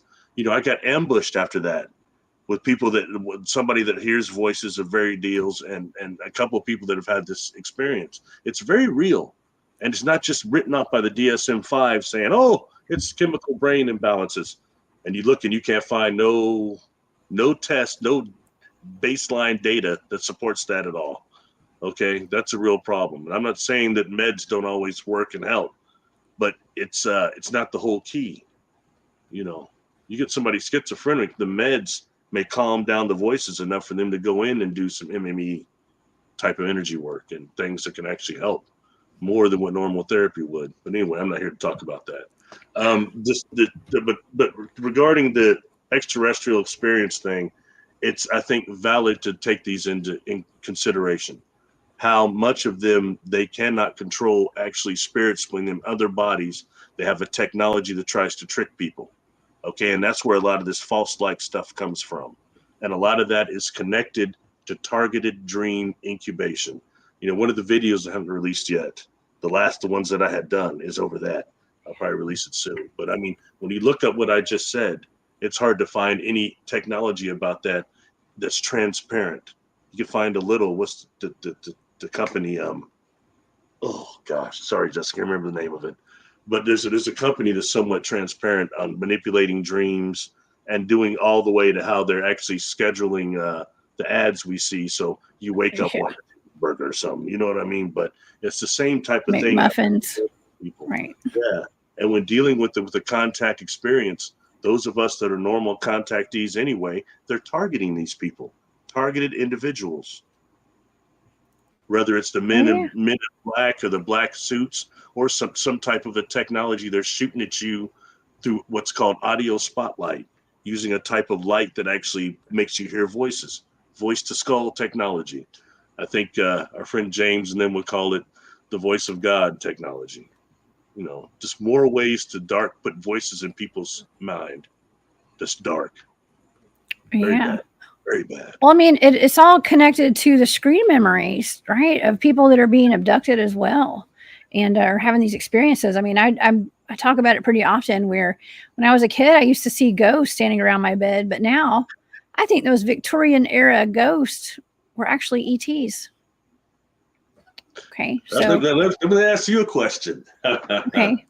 How do you feel about clowns? Do you like clowns? I'm not a fan. No, I'm not a fan. I'm not. At a 10 experiencers / contactees, 8 out of 10 will tell you that they do not like clowns. Yeah. Well, I also had clowns.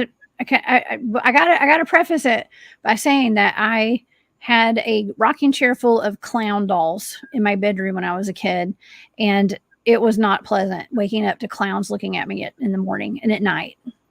Okay, so maybe they weren't dolls. Maybe that's my screen memory. I gotta have to ask my mom. I gotta be like my friend Ricky. He's from the South, like you. And you say something like that, he goes, "Damn, man!" Well, yeah, but they use clowns so much as screen memories for people. I mean, I think the Greys do it maybe even more than demonic. You know what I mean? But that's why a lot of people that are lifelong contactees do not like clowns. And coincidentally, I don't want to get myself too deep in here. Not always, but the majority of lifetime contactees like me do not have tattoos. There's a reason for that. All right. Now, not everyone. I've met a couple of contactees that do. So it's not an absolute for anybody throws carrots and onions at me. But overall, as a majority, most of us lifetime contactees choose not to have tattoos. Not all, like I said, not all, but it's something to look into. You'll find it more common than not. I promise you that. Well, it's just, I do enjoy looking for patterns and stuff. So clowns is a new one though. I think you've mentioned clowns before. You've asked me about clowns, and I've never been a huge fan of clowns. I'll admit it. I mean, I'm not terrified of them, but that is one of those things, especially in pop culture with the Stephen King movies, like Pennywise. And then you had the real one, John Wayne Gacy, the killer clown. They found like 36 people underneath the basement of his house, and here's what he did. He went around as a clown. At kids parties. So that's very interesting. So there was no insane clown posse for Jessica Jones. Oh man. Yeah. So anyway, but that's one of those things interesting. Another screen memory. I think deer and owls. We know about owls, but I think deer is another one they use quite a bit as a screen memory. And I'll say this: I've had, not just do they give clients and experiencers screen memories at the time of the encounter, I've had some of them thrown at me during a session. They'll try to inject one during a session to block something we're doing. I've gotten real good at picking those up. You know what I mean? But anyway, it's just, food for thought when we start dealing with this virtual reality scenario technology and the real things that they're doing to us physically. It's frightening, and thank God it's really not the majority of experience and contact. But it happens, and it's not, it's there. And you got a lot of people that go through it. So my heart goes out to them. Oh, yeah. Adolf has been through a very strange time as well in the chat. Adolf says, maybe the free will on which they don't understand it. That with us all, just a thought. Yeah, we do have free will to make decisions and things like that, but they kind of take that away from us when we're being abducted. Mm-hmm. That's not fair. There's really not much we can do about it. No, but I would say this too. Look to your divine overself, because that's the problem. Our divine overself can't be just forced into a body. It can't be forced into any of these things. I've encountered that again and again. It has to consent in some way that allows a part of you to consent. That's the way that goes, kind of. And I mean, I didn't want to think that was true, that some of it, that we don't have that much power, but we do. In those realms, I've said it before, like there's these souls that you incarnate with that are in this place of translation. On the side, there are always these souls, that people say they incarnate with. I've even been able to take people through multiple lifetimes, including this one, and identify these people each lifetime. And you know what? Most of the time, it's those people that screw you over lifetime after lifetime, lifetime especially. And it's a trip, because, it's a trip to say, okay, you and I are on the other side. We're kind of all blissed out, one with the creator and everything. I'll tell you, hey, Jessica, I need you to really screw me over lifetime after at least 5 or 6 lifetimes so I really get it, okay? I need you to stick it to me. And you're back there, you're over there, hey, no problem, B, I got you. And that's kind of just how that goes down, so that way we learn something. I've asked before, I was like, is it is it a contract? And the clients always say, no, it's an agreement. We're agreeing to do this. We're helping each other. It's the word. I've only heard contract. I had like over 50 times I've heard contract one time. And I said, is it really a contract? Well, no, that's not really the right word. I was like, well, is agreement better? Yeah, that's better. It's not forced. Oh my gosh. I would like to think that in some past life, I was just horrible and just mean. And I played the role because I don't know. I'm not like that this lifetime for sure. But my God, I have so many people that have just come out like recently over the past couple of years that are just horrible, horrible people to me. But it's almost like it had been at the point where I had already reached some enlightenment. You know what I mean? And I understood it. And so I didn't react to it like I would have a few years ago when I was not awakened to all of this. And I was like, and I just, there's times where like, you just have to grit your teeth and be like, damn it, they're a good actor. You know, they are playing a perfect role in my life because they are the perfect enemy and being so horrible. And God bless their soul. I'm going to get them back next lifetime. Don't worry. And You know, that the kind of truth stuff. is, truth that they're not good people anyway. You know that. Yeah. They're learning something too. And then you've got Right. these others that, I hear people saying they're soulless or whatever. I'm not going to go into that, but I will tell you this. There's something wrong with them. They seem to be incapable of love. They don't know how to love. And there's a bunch of those that walk around down here. Okay. And maybe that's part of what they're supposed to learn is how to love. And everybody asks me, I get asked a lot, hey, Barry, when you died, what did you see? That's not nearly as important because it's not cool like the stuff you see on TV. But I will tell you this. I'm somebody that lived by the golden rule always. I come home after school, G.I. Joe, they're all talking about that, the after school special. I believe in the golden rule, so I always try to do unto others like thousands want to be done. But, even with that, seriously, when I crossed over partially, I greatly underestimated the impact that our relationships have on each other, our decisions and relationships and the intent behind it. That's what really goes with us to the other side, and that's not a joke. So, yeah.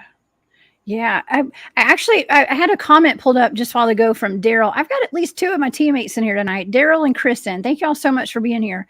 And Daryl was mentioning that maybe we are just a sport to these ETs. Maybe they're, I think you said hunting or something. And I see Daryl's an avid hunter. Okay. And an outdoors man. I don't agree with that comment. So that's cool. Yeah.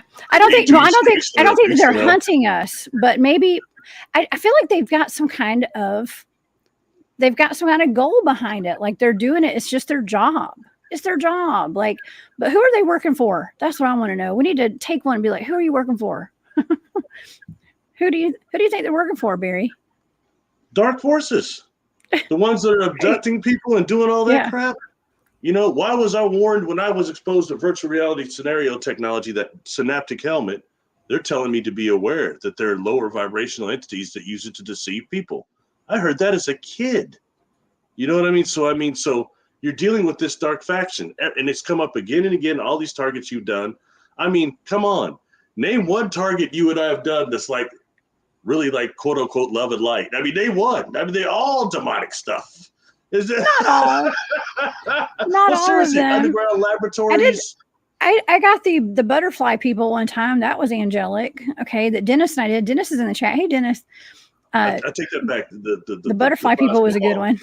The crop circles, that was a positive one. That was a positive one. Well, there was also the other side of it too, because it was dark and it was light. So it was like from source and it was from the dark side. So that was good. We did get a very good positive message out of that target. I mean, I have buckets, boxes of folders full of all my targets. Like, you guys wouldn't believe how many freaking targets I've done. I even went through my old folder for when I was learning remote viewing, and I was going through that last night actually, and trying to pull. I was pulling some old targets, okay, and trying to figure out what I wanted to do the show on today. Because actually, as a matter of fact, I was going to have Sherry on tonight. Sherry Divban, but she had to reschedule for next week. So you guys, please tune in next week. She had me do a CRV target. She gave me some coordinates.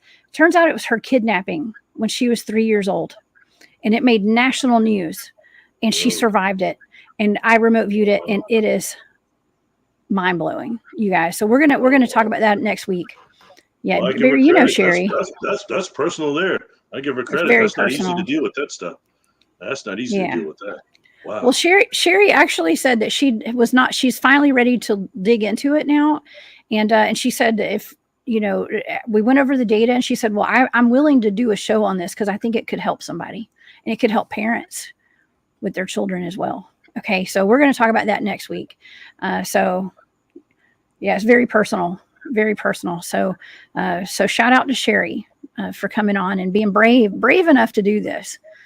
Okay. And that there, Havana syndrome. Sorry. Yes. I believe that's dealing with the audio spotlight, but also those microwave weapons, that microwave sound weapons as well. So that's kind of I think it's a break off of voice to skull technology type of thing. I'm sorry you're going through that, because I know that's real. Yeah. I know that's real, and it's enough to it can almost kill somebody. You know what I mean? I mean, it's just horrible. And I met a lot of people now, and for me, it really started. I wanted to know more, but I didn't know why I actually got invited to the Journey to Truth conference, since I'm Oh yeah. not really the SSP guy or anything. But I But know you're now awesome. You're a great thank researcher. You. So are Yeah. you. But it was to Thank meet you. more targeted individuals and to get a better grasp of it from people that Yeah. really were going through that. So I get it now. I'd say it's just thank God I didn't go through it. But I would ask the Phoenix there, did somebody put you in that program? Oh wait, That's that's what seems like Susan. it happens a lot. So I think the Phoenix is Susan.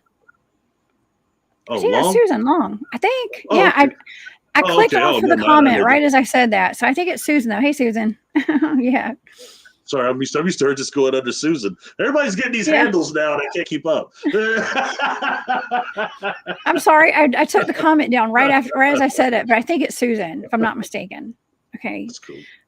So thank you for being here too. Thank everybody for being here. We've had a great chat tonight. I'm sorry, y'all, I can't get all the comments because there's so many amazing comments. I'm just picking them as they go. Okay. And I'm a few minutes behind on them, but I'm still in the Anunnaki clown comments and stuff. So that's an interesting comment though. Old World Cryptid Carolina. Clowns came about because they look like the Nephilim Anunnaki. I had just seen, I think Tony Merkel just did a show on the Anunnaki gestures or something, some kind of weird, I don't know. They look like clowns. So I haven't watched that episode yet, but I need to do that. So yeah, interesting stuff. And yeah, I personally, I'm so burned out on the term Anunnaki because it doesn't really describe anything. What you have is trillions of galaxies. Thanks, Rachel. Okay? And you've got so many. No, I didn't mean towards that person. I mean just period. But I was saying thank you to Rachel though. Okay. Okay. I thought you meant that. On the screen. Yeah. It was just that term, but that term is supposed to describe all these beings from all these different galaxies, our local cluster as well. And you've got so many different types that are here. You can't just use the term Anunnaki anymore. That is something that derives specifically from Sitchin and from those one tablets, not including the stuff we hear from Africa, not any of that stuff. I think that's a problem, And so just that term is thrown around so loosely now that you don't even know who you're dealing with. Technically, am I lying to you? Like how many often we don't hear that the Nephilim or that the Anunnaki were 25-foot tall brothers from Triangulum Galaxy that were here and had a whole civilization here far before the Tartarian Empire and stuff everybody's tripping on right now. Let's go further back than that. It's way farther back. Okay, so I had just mentioned this when Dennis and I were doing a show this week on, maybe it was yesterday. We're talking about coal miners and the things that coal miners have found that don't match up to our timelines. Okay, like there was a casket found that had a woman in it wearing jewelry. She looked like I don't know if she was a princess or what. I don't know what she was. Some kind of priestess class or princess or queen, who knows? But it was like 200 or 300 million years old. What? Mm-hmm. It was here on Earth. I think it was in the United States, if I'm not mistaken. All sorts of misplaced anions that just aren't from this time period that shouldn't be there, according to what we've been taught. Mm-hmm. Absolutely. And it shows too, it's often a mistake to think that ancient man was primitive. When you start looking at things, I just posted something that normally when I post stuff on Facebook, people only seem to like it when I post pretty pictures and stuff like that. But when I post something scientifically, no one really pays attention. But this time they did. It was something I've been talking about for years. It's that the deer cave painting from, I want to pronounce this right, the cow cave in France. There's this deer. There's the deer with antlers. That's what it appears to be. But in reality, if you look at how neurons are structured and how they are, these are neurons. They're not just deer things. They're neurons that they're showing there. Oh. And that takes us into that whole thing that takes us into brain waves and the MACOs, magnetically eternally collapsing objects, black holes, and I've explained how those actually the Akashic records. They're showing that on there. And some of those other ones, like some of the Australian things, you think you're looking at these grays or something with the big eyes and stuff. Start looking at those and look at the pictures that Hubble has of merging galaxies. And look at the ones they're having now of merging black holes to make super massive black holes. What you're looking there is not beings of different types of grays. You're looking at a star map. You know, you look at some of them, you've got these animals, then you've got these circles there. The spiral. The spiral that is what this actually universe is based on, is the spiral. Mm-hmm. Okay, and actually those are Makos. And you see these animals that seem to be towards this Mako, and on the other side you see the hands. You've got the hands. You know what I'm talking about? Those cave paintings are all the hands. I was just about to say you're describing to a T the Judaculla Rock too, where the petroglyphs are up in North Carolina. I was just thinking about Judaculla Rock earlier today, and I was there with Chief David. I've been up there before with some of the Cherokee elders, and I believe that rock is some sort of a creation story. Okay, the story of that with Star Wars, because Chief David says that he comes from the Star People. Okay, they come from the Star People, and they made that petroglyph probably a million years ago or more. Who knows? A couple of things regarding how interesting. There was this lady that was staying in my BNRB named Missy, and she does a lot of those conferences. And there, another lady, she just did a show I watched today. They sent me a lady named Crystal that cooked the food, and they're all from somewhere over there in North Carolina, right, that area. And they talked about this Judaculla thing quite a bit during that interview.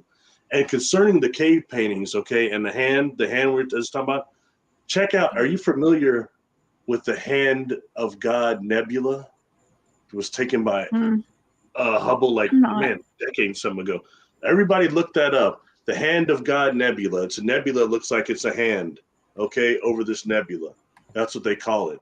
And if you look at some of those cave paintings, looks just like that. So what you're seeing is these animals coming through a Mako from somewhere that's probably the constellation that contains the Hand of God Nebula. Things we've just found now. Look that up. It's food for thought.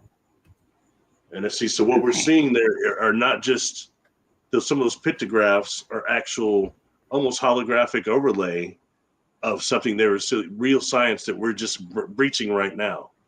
Okay, period. You can see that on there. So, I mean, this is things to talk about. You know, I've talked about something else before. People always want to go into Anunnaki and all that. Okay, that's cool. Inky and Anki and all that.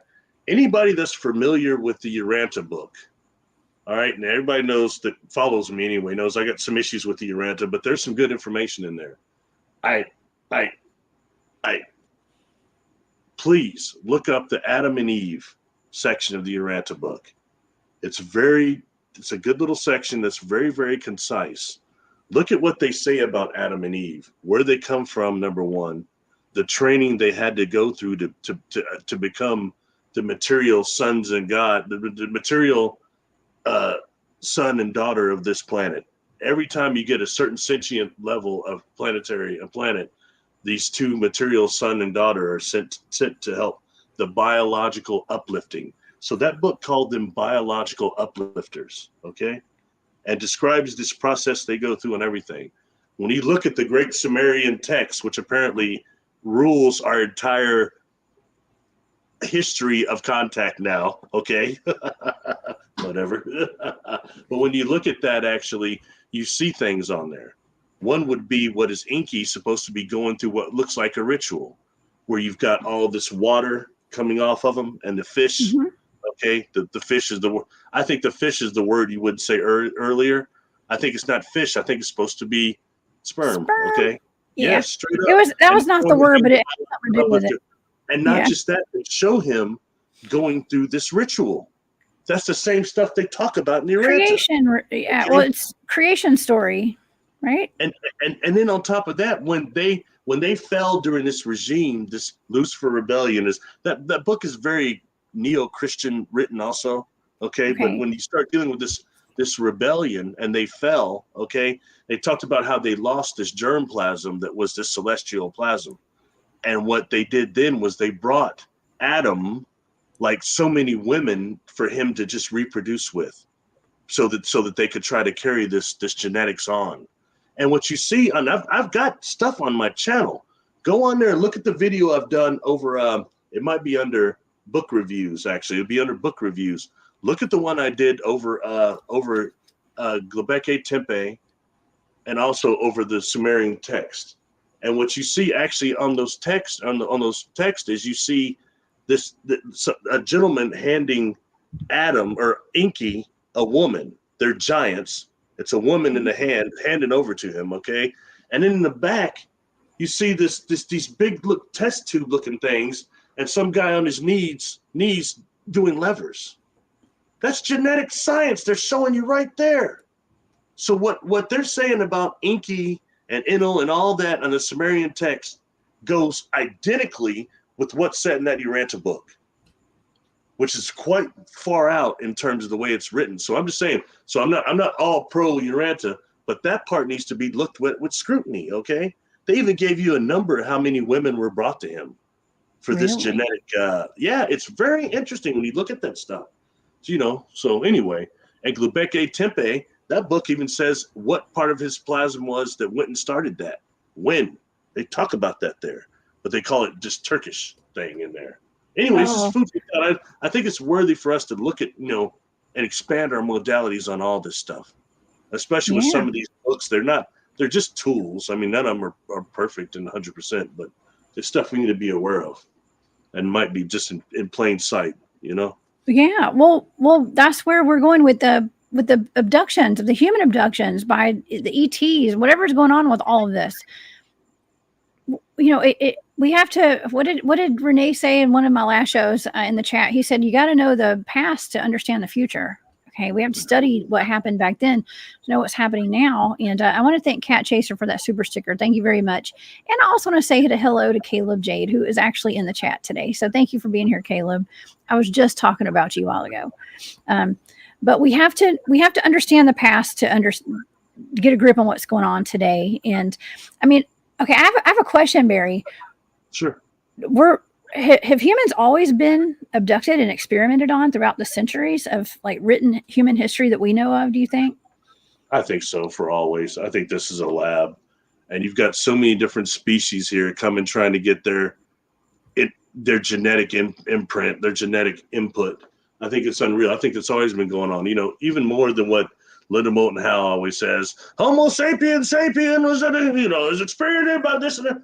But it's true to a degree, and I mean, we get these things that Nephilium. I hear so many people saying, well, Sasquatch is Nephilium.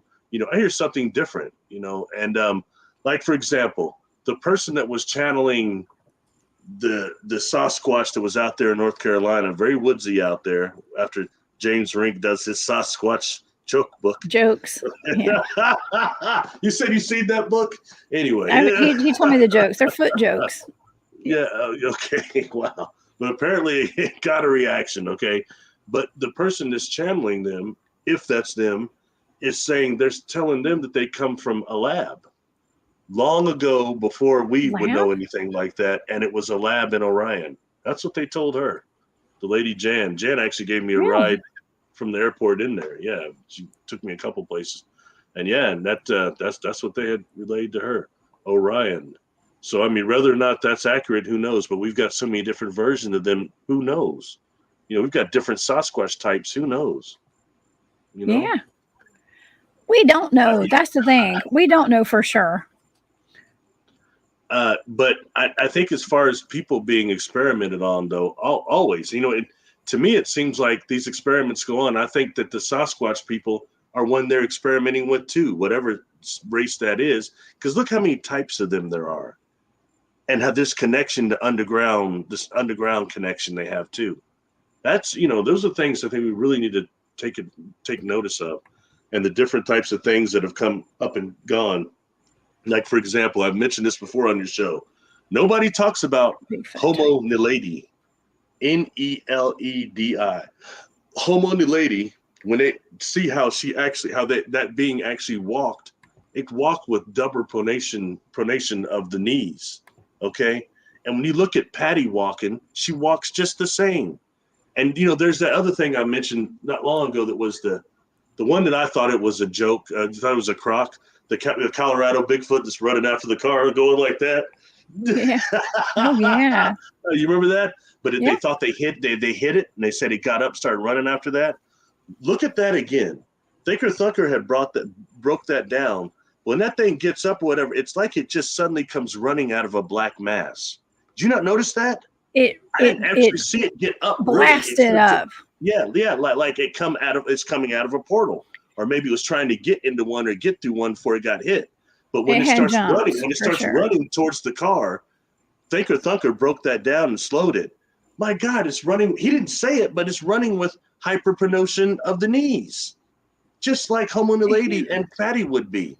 And that type of a structure makes it almost impossible to run for a person to run. They would not be able to do that. What we're dealing with is something totally different. You know what I mean? It's interesting. So, I mean, that unknown David Pilates DNA that he seems to be even better than Melvin Ketchum's that just nobody seems to have heard about. And he's just left alone. You know, we need to start really looking at that even more and what that, what is that? The nuclear DNA, what that actually is. That's a very interesting species there. So we've got things like Homo naledi and all these other hominids that come up in the fossil record that shows definitely the experimentation that you're talking about. And I will stick to this forever before I shut my mouth, is that the Gugwe and the Janoska, I feel they're experiments to discredit the Sasquatch, that there's some sort of monsters that they're introducing to that population to try to take care of the patties and the ones that used to work with people at all, you know, discrediting them. Through genetic manipulation, right? Yeah, we're just introducing a bunch of monsters that are doing like what happened in Paris, Texas, driving the patty type out. And first time we start hearing about Gugwes appearing to having a clan. Never heard that before. They were always seen to be solitary hunters like the mountain giants. But not now. I'm hearing them starting to show up in groups and clans. What's happening there? And they push the patties out. Oh yeah. It would make sense. And in addition to, we talk a lot about timelines, and what if we have been guided towards more negative timelines? Okay. And that's something else to put us on a negative timeline right there, is to have, you know, ravenous Gugwe hiding in the fog at Yellowstone, taking hikers and stuff like that. I mean, that's just scary. You know, that's just living in a scary world, I guess. I wanted to say hey to Betty too. Hey, Betty. I met Betty at the at the Molina Bigfoot Festival. So, who says, I've been abducted since I was a child. That's her first memory. Oh my gosh. I think there's more of us than not that have been abducted at some point in our lifetime, or had some sort of experience with the ET, some sort of whether contact. we knew it or not. Yeah. Yeah. Well, you know, before we go tonight, I did want to make a note of, you know, the Travis Walton experience. And I have not met Travis, not yet. Okay. But he had a similar experience. He and the guys that I think they were logging. They were loggers, I think. And what was that, in Arizona? Back in 1975. So this is around the same time. I mean, there were other stories that were similar in the 1970s as well. There's another group of guys that had an abduction experience called the Allagash? The Allagash guys. Yes. Too. Very interesting beings there. Very interesting beings. It's like group abductions going on here and stuff. What's up with that? You know, for the record, I've not met Travis either. And when I was on Fade to Black several times at Jimmy Church, and one of those, he's like, man, I want to get you and Travis together because of some things that are similar in your experience. And then I saw some Nordics with these blue suits on. And you know, what he had told Jimmy, and he mentioned this on the show I did, he said, you know, he changed some things that he's saying to a degree that, you know, that what happened is that light that they all saw actually kind of killed him when it hit him. Whoa. And they took him on board. They were healing him. I've heard that too. And that's not what we see at all in the movies or anything like that.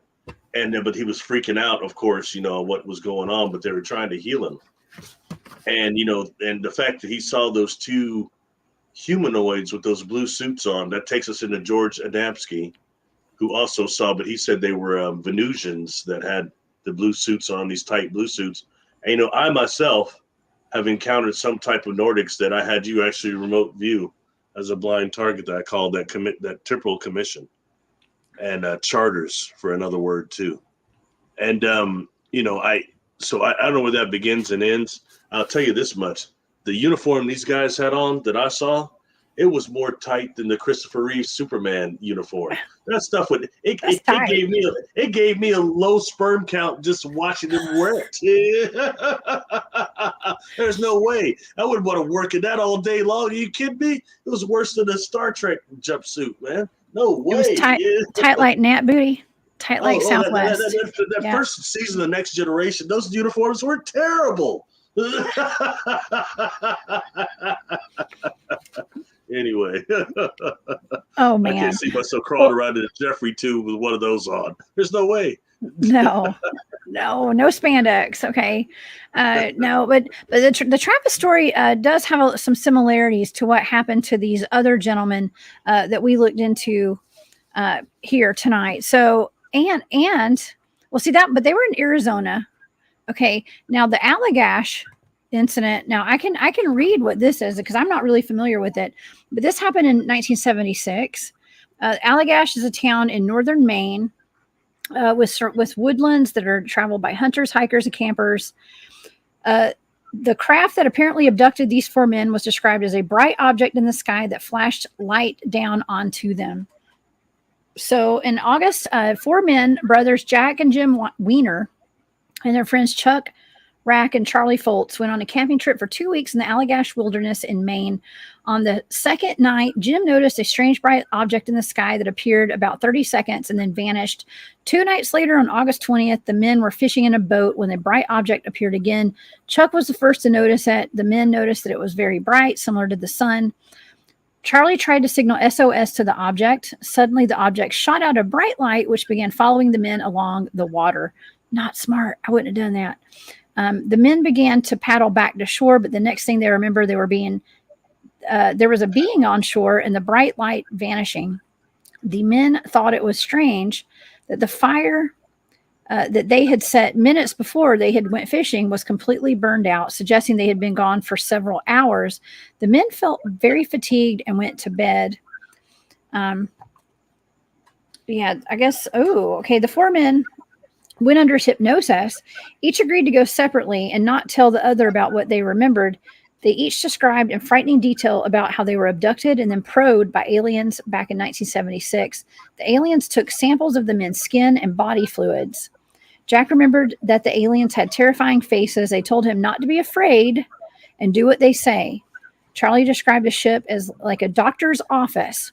He claimed that they put a panel over his chest and scraped skin from his body. Chuck claimed that he had a good view of what the aliens were doing. To Charlie, the device that the aliens used was silver and had curves. To him, it appeared that Charlie was in pain.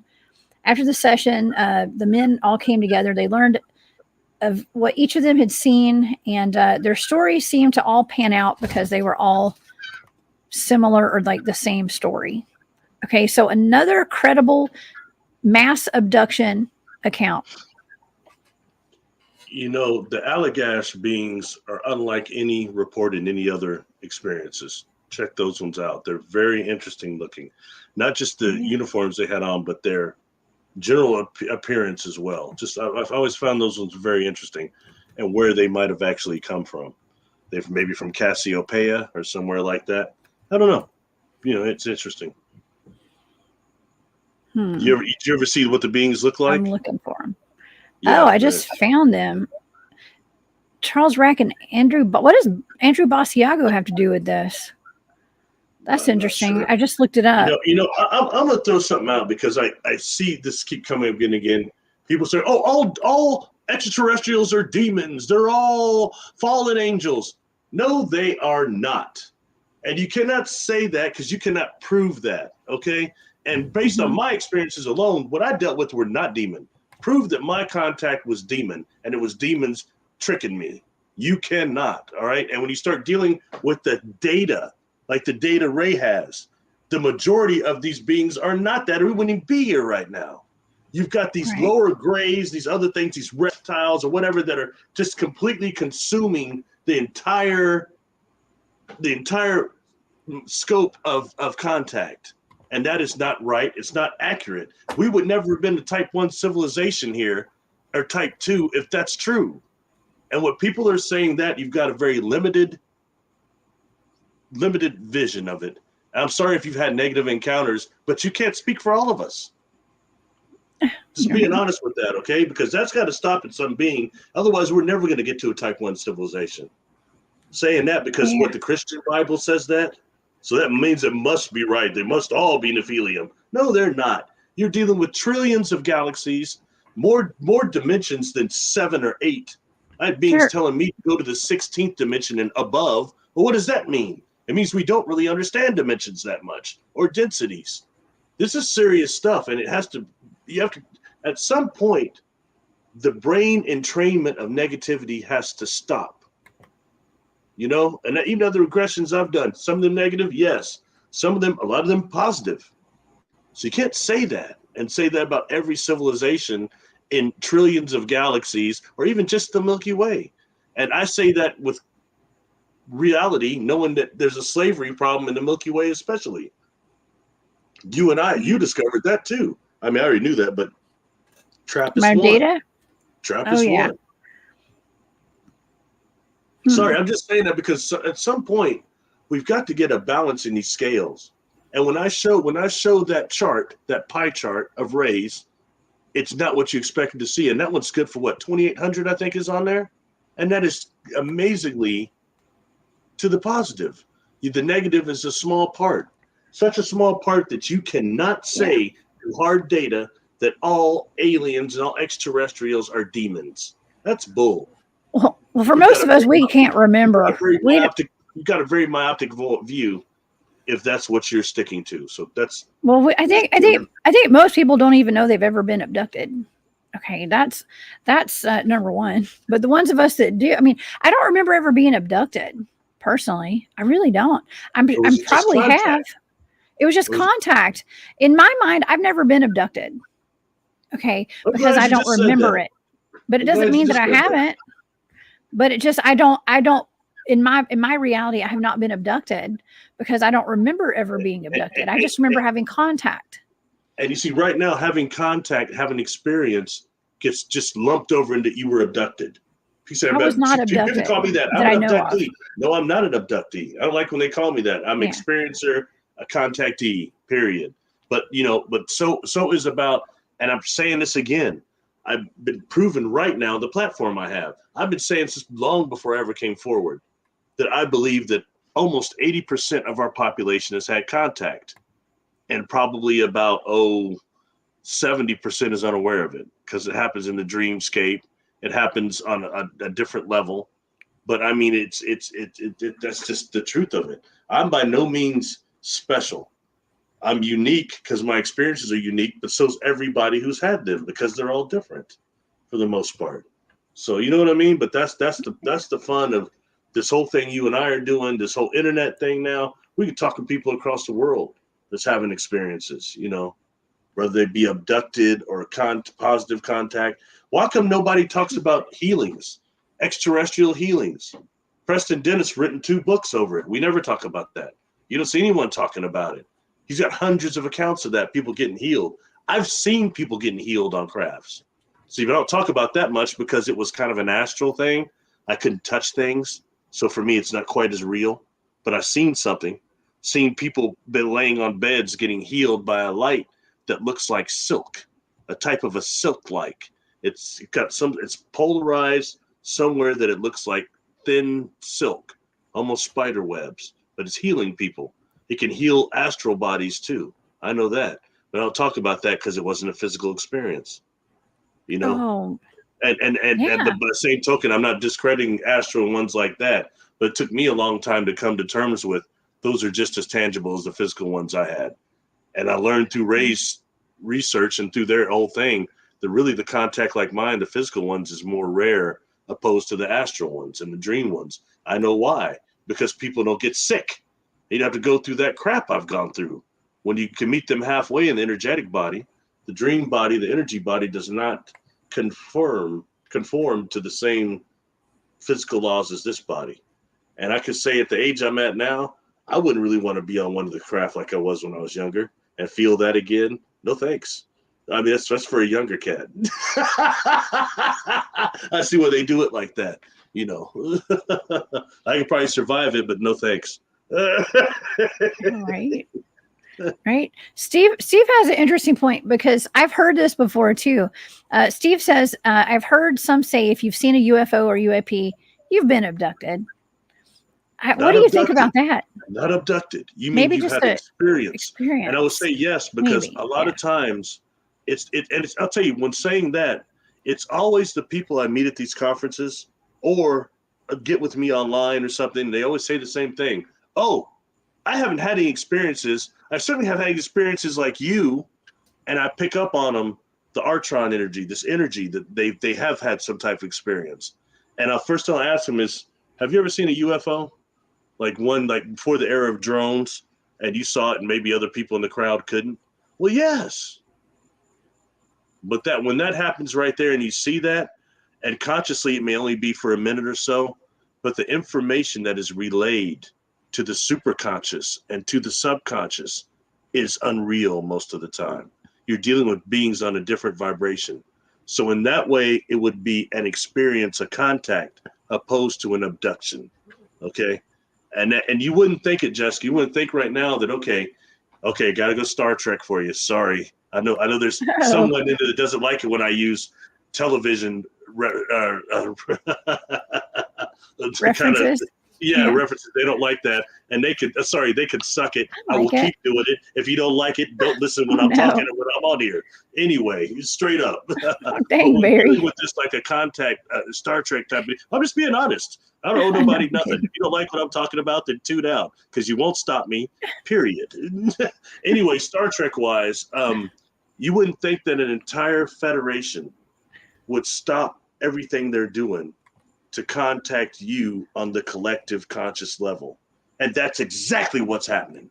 We don't understand some of these other civilizations. That is exactly what's happening. And it's targeted contact, while two people can see this craft in a group of 20 and everybody's going, where? And it's right there. Where? That's targeted contact.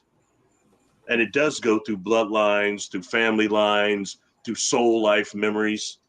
I've been on board a craft that I know knew my soul life memories as immortal soul to a degree. And I'm dealing with more and more in these regressions. I take somebody back, it will give a life between lives, and it will go into the last life they had just for this one. And you would think often that it's a human life, here on Earth at some era, some different year. And it does be that a lot. But you know what? I'm getting a lot. Other planets. What? And not just planets like Mars, other galaxies. People describing coming here for that, and from other places, even seeing their Earth family from these other planets on places there before they even go through the process of reincarnation. That's very important to know, and how we're robbed at a lot of that. We come here, but that's just how it works. So we won't learn anything. Mm-hmm.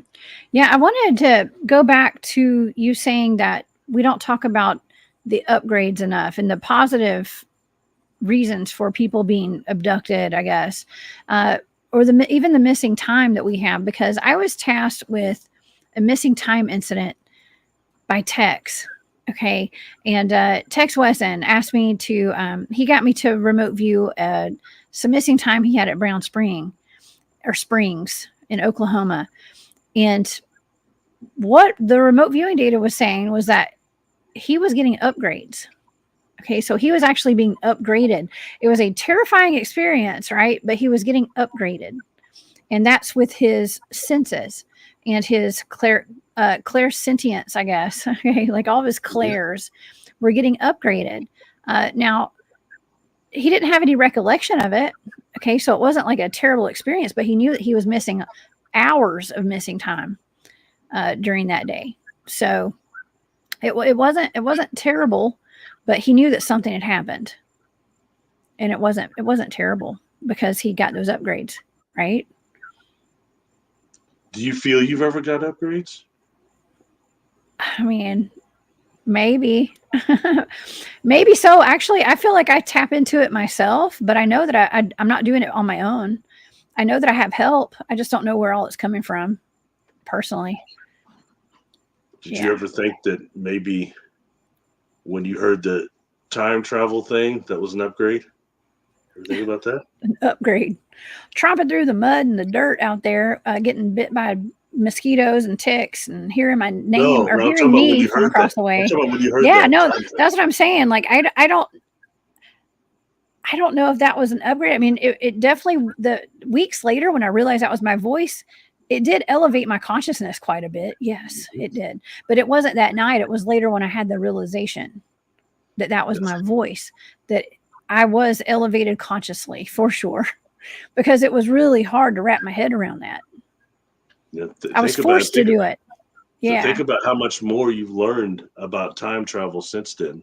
How much it was work all you've done. meant to be. You Yeah, even tuned into my YouTube channel with the time and time science playlist on there. I've got a bunch of stuff yeah. on there.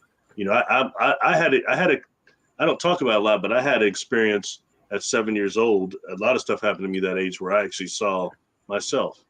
And you know, but it wasn't myself at that age. It's myself when I would be about 22 years old. And, you know, something even wearing the same outfit, and it changed my life. You know what I mean? As far as to where when I actually got old enough to where I looked like that individual I encountered, I tripped out, man. I tripped out. I obsessed with time science, time technology for years. I learned everything I could learn, read everything. I mean, you name it. You know what I mean? Just trying to figure out what would happen, because it made me think at one point in my life, I might have access to such technology or ability. Yeah. Didn't quite make it on this timeline, but who knows what's to come? You know what I mean? And we start dealing with these altars, and we start dealing with these things that are really quote unquote resurrection technology. Those of us that might have had experiences where we're reproduced or copied as technically a zygote, something different than what I'm hearing these other people say. You know, and something we can do is always go into the demonic and just go into the negative and trip out on the Satanist and just focus on all of our energy on that and unraveling that and showing the world to that it doesn't do, you know, that we use all of our energy is used up on that.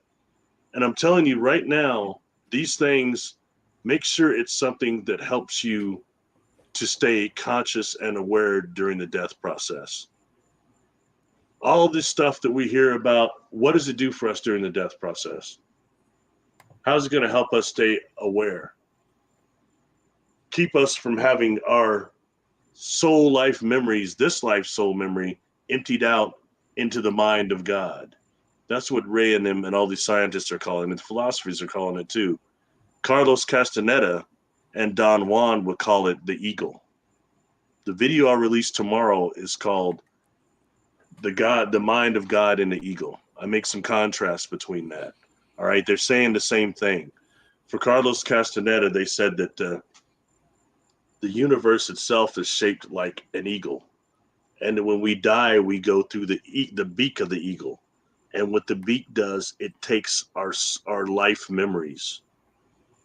Okay, and that's exactly the same thing that the mind of God is doing in this book by Ray and his team right here, the mind of God. So in that book, I go over this and go over the Castaneda's book, The Eagle's Gift. Those of you that are familiar, there's contrast there. And the bottom line is this. So if you listen to Farsight, when we go to this, and this mind of God is actually the repository that takes our life memories, okay? And then was when we go back. So in some ways, the mind of God is similar to the place I call the place of translation and reconfiguration. It's not all that much different, okay? So when we go back, part of the reason this happens is because we have to learn again, okay? We learn again. But what's interesting is that I talk about this too in that video. The Castaneda in them had a technique that's called the recapitulation. That is actually a way of bringing every experience you have with everyone and everything, trauma and other, back into your personal power, freeing that energy up. Okay. And in that way, what that does is when you actually, so it's reliving every experience you've had, and it creates like a shield to a degree. And when you go to the mind of God through the beak of the eagle, it actually takes the recapitulation. It takes the recap and leaves your soul life memories intact. And when you reincarnate, you're fully aware consciously of all. So that's a technique there that's worth exploring. I throw this out as food for thought for all of you. All right. I'll put that video out probably tomorrow. Everybody say, oh, you're not doing any more videos on YouTube? Because they're done. I can't do any more now. My friend just moved away. He moved away about a week and a half ago. But I still have some I haven't released yet, and put ones I'm putting on Patreon. So it's like the last season of stuff I'll be putting out. So not that they're fully done, but there no more will I be making. So no more cool music. Oh man, but we love your videos though. I love your videos. I love the music too, but yeah, I'm glad you're getting more videos out, Barry. I'm proud of you. You got to start going live here soon too. Yeah, that's the next thing. You know, yeah. I don't know if anybody tuned in. I probably got 5 people from your audience might tune in. I'll probably be talking to 5 people and myself if I do it. And I don't know what the hell I'm doing too, so that's another problem. I have no idea how to do that. Well, we'll all be there. We'll all be there. Everybody that watches my shows will be on your channel watching yours too, because we love us some Barry. You've got a great audience, and it's growing. You know, I want to give a shout out to what's the brother's name? Donald. Donald's probably listening tonight. He drives a truck, and he says one of his favorite things, listen to the shows that we do when he's driving the truck all night long. So I give a shout out to Donald. Yeah, give a shout out. Several people there told me, say, I love the shows you do with Jessica. And it's cool because, like I said before, after the bad experience I had with the other people I did shows with, I will not do anything with them again. They're not good people. So it's been a pleasure to work with you. You know what I mean? Well, thank you. I might not be a good person. I might be sorry too, but if you meet me in person, I'm exactly what I seem to be. You know what I mean? Might suck a little, but not too bad. Not the major suck. No, you're fun. You're fun. And I'm so sad that I didn't get to go hang out with you guys up in North Carolina. That would have been a lot of fun. So I'll catch you on the next conference, though, you know, we'll be doing some more work together in the 3D, you know, face to face. Yeah. Oh yeah. For sure. You know, sometime we'll have to talk to everybody about when I gave you the blind target of SMACS 0742 or 0472, which is something that was seen by the James Webb Telescope way out there. Right. I think Hubble might have seen it too, but it's this galaxy that's got actually redshift has this golden thing over it. And I started picking up a lot of information there from these beings I deal with, that they're like alliance members in that sector, which is way out there. But, you know, so that says how much, you know, I don't even understand what I'm dealing with some of these beings. There's some I've not seen. I've only seen some. I was tripped out on that. You know what I mean? We're dealing with some of these alliances and federations and different things that go throughout the divine field and throughout the universe. That's important, I think, you know? It is. And I've already remote viewed that, and I don't know where that is. It's here somewhere. It's in one of my folders. So yeah, you give me some really cool targets. We said we'd do a show on that sometime, but we need to do that. We need to actually lump it in with another show or something, if nothing else. I wish I had that data out here. What a nice thing. Thank you, Kira. Yeah. Is that? I want that's Kira. Okay, hey, how you doing, Kira? Thank you very much. Thank you very much. Very nice to say. Thank you. Oh yeah, Barry. Everybody loves Barry, man. We do. Thank you. That's nice. An easy audience is all that is. I was worried all the time when I get up to speak at this conferences. I'm like, God, I hope nobody throws lettuce at me. You know what they do at the Apollo? Or is it carrots or onions? Some tomatoes. Oh, it's tomatoes. I think I could dodge those though. Oh my God! Lettuce too. You're like the Apollo, the guy with the cane. Right. Oh my gosh, we have fun. Hey, at least we have fun over here. We definitely have fun while we're talking about all these weird topics and stuff. And I mean, I was just while we've been talking, I was thinking about that movie Fire in the Sky with Travis Walton. That is just terrifying. And so I think when they put stuff like that out, And people see like, and even that show, what is that? The Fifth Kind or Fourth Kind? I can't remember whichever. That movie about all the abductions up in Alaska. Those are terrifying. The old one or the new one? It's the newer one with Mila. I don't know her name. Mila somebody is in it. She's like a doctor. Yeah, I think it's Fourth Kind. People see that, and it just makes everything more terrifying. And people are like, "Oh my God, what if I get abducted?" You know, like the last thing you want is to get abducted. And yeah, it's not a pleasant experience, no matter what. It's not, but it doesn't have to be terrifying like that. When I think Fire in the Sky is a movie where they put something in his eyeball. Do you remember that part? Did you see that? Yeah. And it was, I heard him say when that movie first came out, he was dissatisfied because some things in it were inaccurate. And now I understand more if he was being healed, especially because you would assume it's just a real negative experience. And when it comes down to this, so I'm by no means putting down those that had negative encounters. I definitely believe that they happen. Okay. So I'm not going to want anyone to think that. And for myself, this stuff happened to me. I was missing a lot of time on several different and 4 different experiences. And I started tripping a lot, you know what I mean? Because then I started coming across the work of Dr. Carla Turner. That's back in the 90s, early 90s. And, she had horrible experiences, and she was being exposed to virtual reality scenario technology. That really set up the red flag for me. And I say that I actually grew up in the air capital of the world. Most people don't know where that is. Okay, so there's nothing, aircraft capital of the world. There's Boeing, Spirit, Beechcraft, Learjet, they all came out of my town, okay? And Pizza Hut and White Burgers, Castle Burgers too. And there's a huge Air Force base within about 15 miles of where I lived. I could have walked there. It took probably a couple hours, but I could have walked there. So things like that, I thought, oh my gosh, did the government get me? Did they erase my mind? Is that why I can't remember things on the encounters?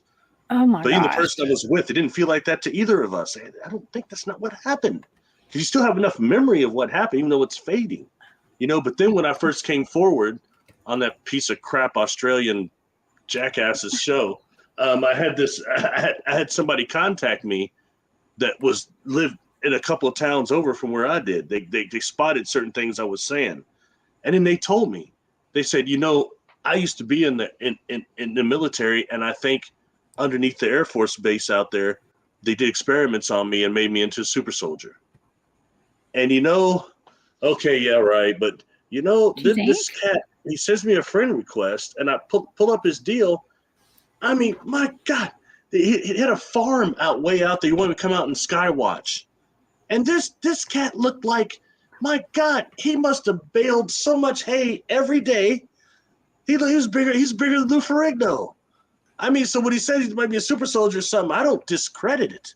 You know what I mean? I mean, what if he had been baling hay all day, like Clark Kent or something? Anyway, just food for thought. So I just want people to think that, but that way it made me look really deeply into my own experiences for things like learn about screen memories, learn hypnosis. Although I was great at hypnotizing other people, I couldn't really do it for myself. I had to go. That's why I learned it. But I had to go sit down and let somebody else do me because I can't relax and let go. Mr. Paranoia. Which is a problem for a lot of us. You know what I mean? Anyway. But just these are things just I want people to know so I don't discredit the negative experiences. I know they do happen. But sometimes for those people that it happened, be careful being overindulgent in the satanic and the Luciferian thing. I know you're trying to expose it, but just be careful. Keep yourself protected and keep yourself right with source too. Just know that when you're trying to expose that, you're also able to pick up attachments and other things. And right now, I swear to you, including with the voices, we're surrounded by demon down here, surrounded by negative inorganic beings. Some of them are torturing earthbound spirits. Some of them are torturing us, unbeknownst or not. So there's something that's very real, and that work is very real. So, okay, I'm done with my speech. I'm done. Yeah. Caleb had a good point actually too, because there's like a balance. It's kind of like there's good and there's bad, because Caleb said, why do they steal time and hide if they're good too? You know, that's a good question. That's a good question. What are they supposed to do? What are they supposed to do? Come save us from ourselves because we're fucked up? Oh, language. Oh, God, excuse me. Sorry, freaked up. I mean, seriously, is that what they're supposed to do? Just come save us because we're jacked up and we can't manage ourselves? Forget the prime directive and all that. We see a prime directive thing on Star Trek. And honestly, too, is this. If you're like a team of Jedis, all right, would you really want to stop here and come to Earth? You're going to be like Spaceballs. Keep going. Check, please. Even I don't know. I think there's Star Trek. Oh, another movie, Star Trek: First Contact. Remember what they said about the Vulcans? They're like they had to break the warp barrier so the Vulcans would see them and come here, because otherwise they said they have no interest in Earth. It's too primitive. I think that's very true to a degree, except for those that have experimented on us and use this place as a farm. They're always going to care. And then you have the others that are waiting for humanity to lose the stewardship of this Earth so they can just take over. You've got interdimensionals and extraterrestrials that are looking for that. And thank God that there's something stopping it.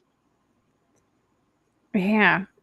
Well, I think there's good and there's bad and everything. Okay. Well, or dark and light. Let's just say dark and light, because good and bad are like, relative terms, right? Something else to that, them not doing anything. That's not true either. That's why I gave you the blind target of the Zimbabwe children and these other things that come out of these schoolyard encounters. This book by Preston Dennett, he's got 80 contacts like that. That's not unique to what happened in Zimbabwe. It's the one we heard about. Okay, so I gave you that blind target. Who's doing that?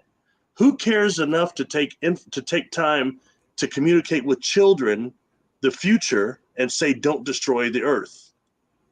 Practice on love. Who did that? That's why I gave you that blind target. See, we do get help and we think we don't. Another way, again, I brought this up before, radiotropic fungus. Where did it come from? And you're hearing was it Chernobyl? Yeah, yes, on the walls of Fukushima and Chernobyl. Yeah.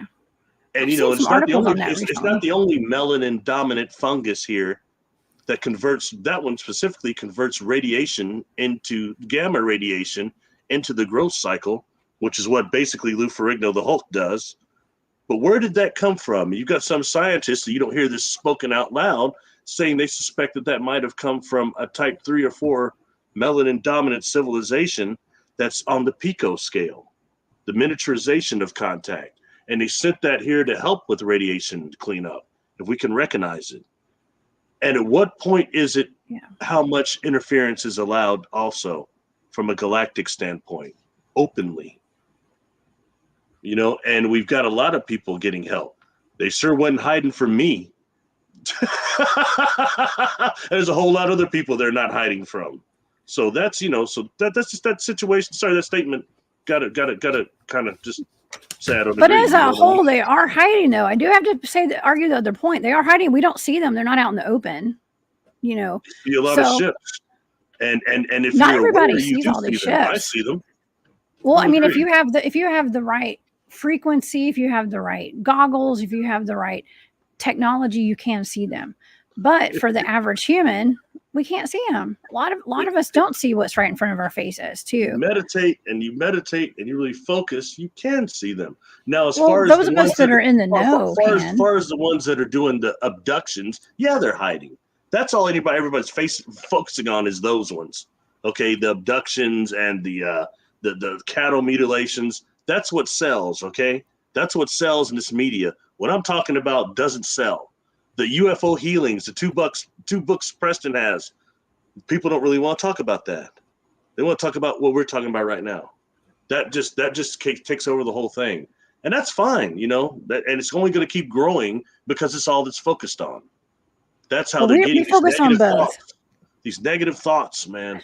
And those aren't always extraterrestrials doing it. That's just demon walking around the planet here. Negative inorganic beings that are here, period. It's really serious. Not let alone we've been experimenting with the atomic bomb here, the hydrogen molecule. We don't know how many dimensions that really rips into. We don't know what happens to these rifts after they're formed, and we don't know what comes through them. So the fact that we have a lot of negative whatever on this planet is serious. Things that probably cannot be contained. Oh, and yeah. Evil. Yeah. Well, we got CERN that keeps getting cut on too. And I mean, some say the world's already collapsed on itself and we're already in a new dimension. Okay. So than what we were back in 2012? How come the Cosmotron did destroy the world? It is isn't the CERN like a Cosmotron? Isn't that what you call it? The Large Hadron Collider was like in the 50s and 60s that thing was built. It was a cyclotron. Yeah. But I keep saying that. John Teeter and CERN. How come nobody talks about Fermilab? Only CERN. Yeah. I don't know. I'm sorry. I'm just teasing. What was that thing? There was something when I was in elementary school. We went to Huntsville, to the Space Center there, and there was something called, what was that thing? It spun around really fast. I can't remember what it was called. It sounded like a Cosmotron or something. It was something similar to that. But I'll never forget riding that when I was in sixth grade or fifth grade. Yeah. But anyways, yeah. You know how you felt when you got off that thing, dizzy like that? A little dizzy. I think I was probably a little dizzy. And almost a merry-go-round feeling. Mm-hmm. That's the way I felt on those craft. It feels a lot like that, but it's all the time. It doesn't go away. You know what I mean? Like that temporal aphasia thing, where you can't actually function much anymore, and it doesn't take long. Yeah. Yeah, Liana and Jane both said Gravitron. That's the Gravitron. Thank you. I was on the Gravitron. They have those at like county fairs and stuff now too. I think when the fair comes into town, I would be hesitant to go ride any of those at the traveling fair at this point. I've seen too many bad things where those things are flipping over and stuff. But anyways, what a interesting, cool show tonight. This is really cool. I mean, we've really connected. I think all these are so connected, all these different experiences with these alien abductions, the mass abductions. It's just interesting that a lot of them happen between like the 50s and the 1970s. Mm-hmm. I mean, I would be interested to know exactly when all these mass abductions were happening at the Troop Herd Corridor. I have not read that book. I talk about it all the time. And I'm like, well, this happens at the Troop Herd Corridor here in Georgia and Alabama. We have a place called the Troop Herd Corridor. And there's a lot of high strangeness that happens down there. And like I said, I do some Bigfooting down there sometimes with my team, and we just a lot of weird stuff. And there is a Army base not too far from there in Columbus. We got Fort Benning down there. Bigfoot sightings, Dogman reports, all that's down there. So just maybe there was just an uptick in like mass abductions back between like the 50s, 60s, and 70s, and maybe 80s too, because you don't hear about it as much now happening in the present day. Wow. So I thought I'm looking over at the chat every now and again, not too much, but it's been moving, so I thought it was up to date. Not even close. I'm still like way back on like 840. That's a big chat. Wow. This chat has been going crazy tonight. It's amazing. We have wonderful people in here tonight. We've had a wonderful crowd. I want to thank everybody for all of your input tonight. I'm sorry I didn't get to all of the comments tonight. Oh my good Lord, how could you? Oh, Betty lives in I think Betty lives in Troop. Do you live in Troop County? Okay, so Betty's in the Troop Herd Corridor. And I know she lived down there, and she's actually had ET experiences and stuff.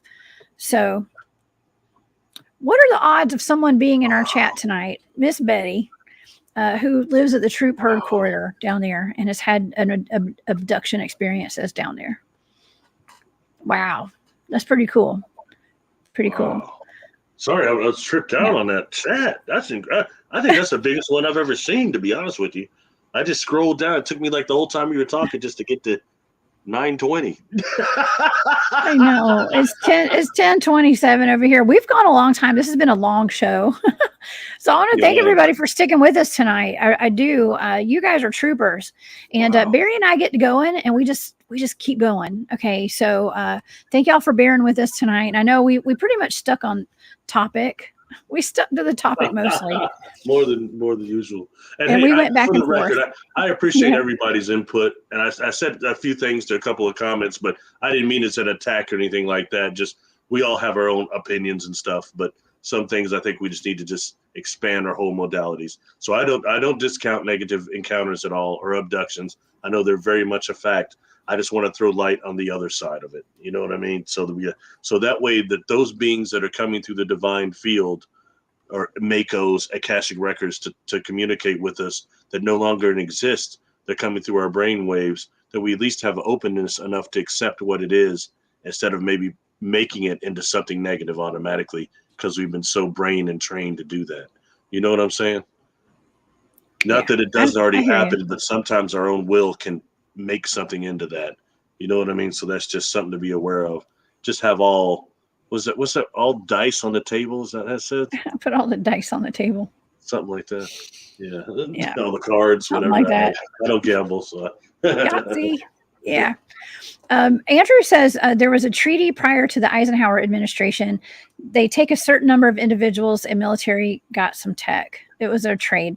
This is interesting because I am planning to do some work, let's just say some shows with Laura Eisenhower here in the near future. And I'm going to be bringing her on my channel and I will be on her show as well. And we're going to be talking about that. Okay. Well, we'll be covering this and talk to Laura about that because she has an opinion on that as well. But we do hear that, Barry, right? That there was a treaty signed where humans for experimentation were traded for alien technology. I've heard that about a few different presidents actually. Yeah. So I mean, who knows how far and long this goes? And honestly, based on what you've discovered, especially the one that we did that was Eugene 99, the Rust virus, you saw that coming out of a lab, and that goes back to biblical times. So that's this stuff has been going on for a long time. You look biblically, Eugene 99, the wheat rust virus was back then. So I mean, so whatever you see, so whatever's going on, this is totally been going on for what, millennium by now? By the way, thank you for whoever said that. Thank you. I saw that was really nice. Thank you. Yeah.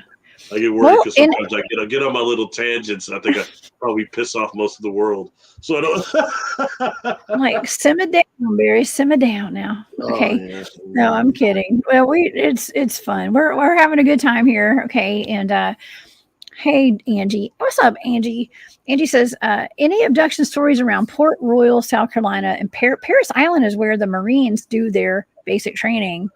Marine base. I live there right now. Well, you move, girlfriend. I thought you were moving up this way. Okay. That's a good question. Well, if it's near a military base, probably so. There's probably some weird stuff. We'd probably UFOs. Keep your eyes to the sky, girlfriend. Okay. And the water. They do have USOs as well that could be coming in and out of the oceans out there. That's another good book Preston Dennett wrote. Underwater Sea Bases and UFOs, I think it's called. It's about underground sea bases, though. It's a really good. I've not read it, but I've heard it was really good. It's been advised to me. So. Oh, yeah. Jay Truesiger says, you can bet there are ET humans in the chat, too, sometimes. Yeah, they walk among us. I wouldn't doubt that. I seriously think that's real. You know, I talk about those charters a lot. And in North Carolina, I mentioned the Grafton, the charters during my presentation, and I got approached afterwards. Some people saying, man, something like that happened to me. And the thing is that, you know, they're again the ones that look just like us. Oh my God. They look human. They could be next to you in the movies. You wouldn't look over, hey, are you an extraterrestrial? It's just some guy sitting over eating popcorn, you know. Yeah. Oh my God. I just had a moth that just flew in my hair, y'all. I don't know. I think I had my window cracked. So I think a moth. Oh my God, there's a moth. Y'all see it? You know what? He keeps dive bombing my head. You know how I was trained? It's not an orb. I was trained that the moths My dog's going to come over here and get the it. guardians of knowledge. The moths are guardian of knowledge, and what it is then I can't let my dog get it. Is the gold dust on their wings is supposed to be pure knowledge that surrounds ancient geometric structures, or Well, I just got dive bombed by pure knowledge. Yeah. Right. It must know that I need some knowledge. It's trying to come give me a download. That's what that was. Dust I just you got up, dive bombed give twice. you some dust. Yeah. Got me some moth dust over here. Oh my God. I'm just thinking that art that I do after my shows for social media is just going to be a big old moth flying in my hair. We're going to do that one tonight. Okay. Man, what an incredible show, man. Thank you guys. Thank you so much, Barry, for all of your wisdom and everything that you share with us. It really is fun having you here. Yes, Caleb, Fort Benning, Georgia. That's down here. Not too far from where my stomping grounds are. Fort Benning, Georgia. Is that how you say Georgia? Georgia, like first time I met somebody from Louisville, I was like, "Where are you from?" Some people say I'm from Louisville. I said, "Where? Louisville." What? It was cool too. And every time he said that, I was like, and then somebody said, "Barry, he's talking about Louisville." I said, "Oh, okay, I got you." That's what they say, right? Louisville is it Luvill or something like that? Louisville. Oh my God. Yes, I don't say Georgia, but some people do. Angie does. Angie's in the chat. She says Georgia, don't you? Guess what? Angie? My favorite county is in Georgia. What is it? Cobb County. Oh, boss man. Because the boss man. Okay, for everybody who's watching, I'm just going to say it. Barry is a huge fan of WWF and WCW from back in the day. And that's why he is always bringing that up. Right, Barry? Right, Barry? WWF only. Because... It wasn't that far ago, but I like the boss man. You threw me. What are you going to do? You going to tell him next? I've been watching General Hospital since 78? No, Thanks a lot. I would never. Thanks a lot I would never give them all your secrets. Eventually, I would never give them all your secrets, just a couple. I'm just kidding. When I was a kid, my mom and my sister got me strung out on that. They were watching it every day.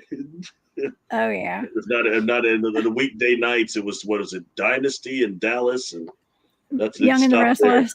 Oh yeah. No, Flamingo Road. I think somebody was watching that one. That didn't last long though. Oh yeah. Oh yeah. Betty lives in Alabama. That's right. She's not in Troop. I forgot about that, but it's not too far from there. And yes, there are pyramids in North Georgia, Angie, for sure, and Mayan ruins. Okay, Mayan ruins. There are some up at Track Rock Gap, I think. So we have a lot more ancient history that's really not put in our textbooks and stuff. Okay. What's so funny? Oh no, I just watching your chat over there. You got a bunch of people throwing out wrestling names now. That's funny. I would have expected that. I could say, at a point in my life, I grew up or something and I stopped watching it. And then I got a little bit older, and one day I'm watching it. There's this Caucasian guy on there, bald headed, on there, flipping people off, drinking a bunch of beer, tripping out. As Steve Austin. I love Steve Austin. Yeah, I started watching again because of Stone Cold. That's when he first turned into Stone Cold. He's out there tearing people up, man. Completely disabled wrestler, but he was good on the mic.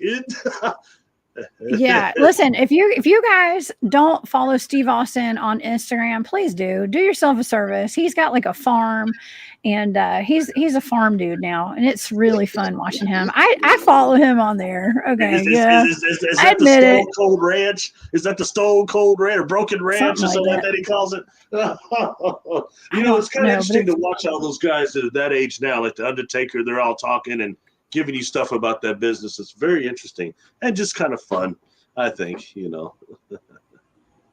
Oh yeah. Yeah, that's a good point, Riri. Yeah, if you guys want some serious red pills, that is a good episode on Tony Merkel's podcast. I mentioned him earlier tonight. I was on Tony's show a couple, 3 weeks ago or so with we talked about weaponized portals. That's something that, Barry, you had given me that as a coordinate remote viewing target a while back, were weaponized portals, and I got in the conversation not because of that target. We were actually talking about how cryptids can take people without, or people can disappear okay, with no trace of what happened to them. And I just said weaponized portals. Why not? And so he ended up titling the show Weaponized Portals, and we had a good conversation about that. So y'all go check that out too. But I'm actually going to be doing some more work with Tony actually next week. So we've got some more work to do. But go check his podcast out, you guys. It's called The Confessionals. And there is I'm going to send you a link, Barry, after the show of that episode right there that they're referring to. Okay.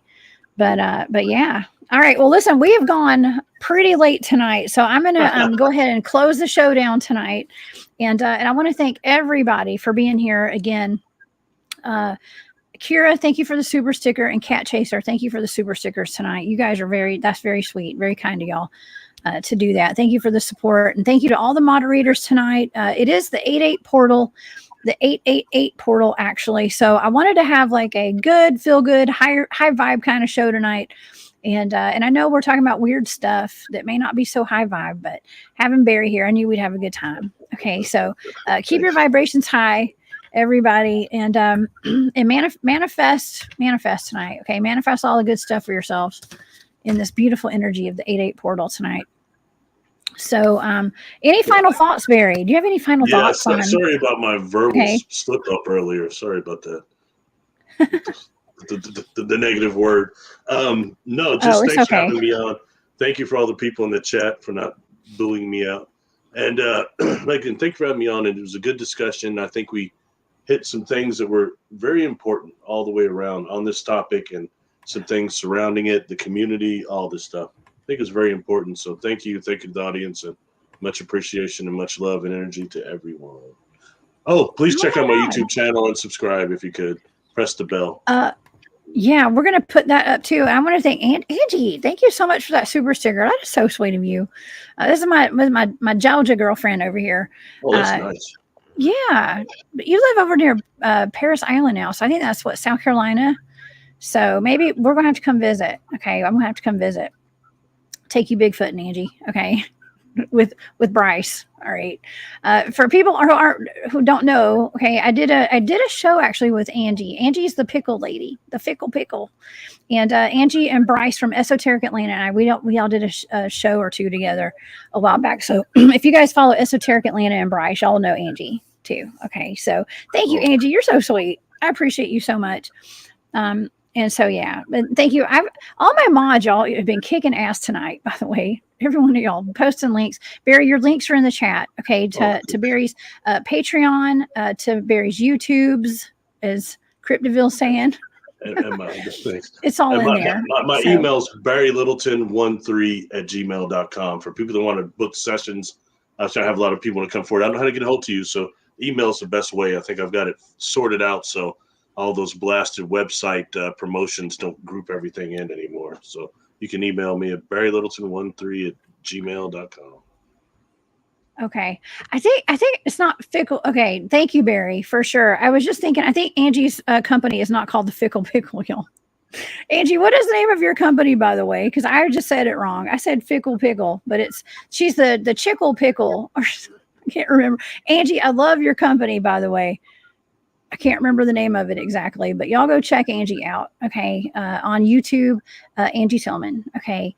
And thank you guys so much, everybody, for being here. Barry, thank you so much I mean, you know way more about this stuff than I do.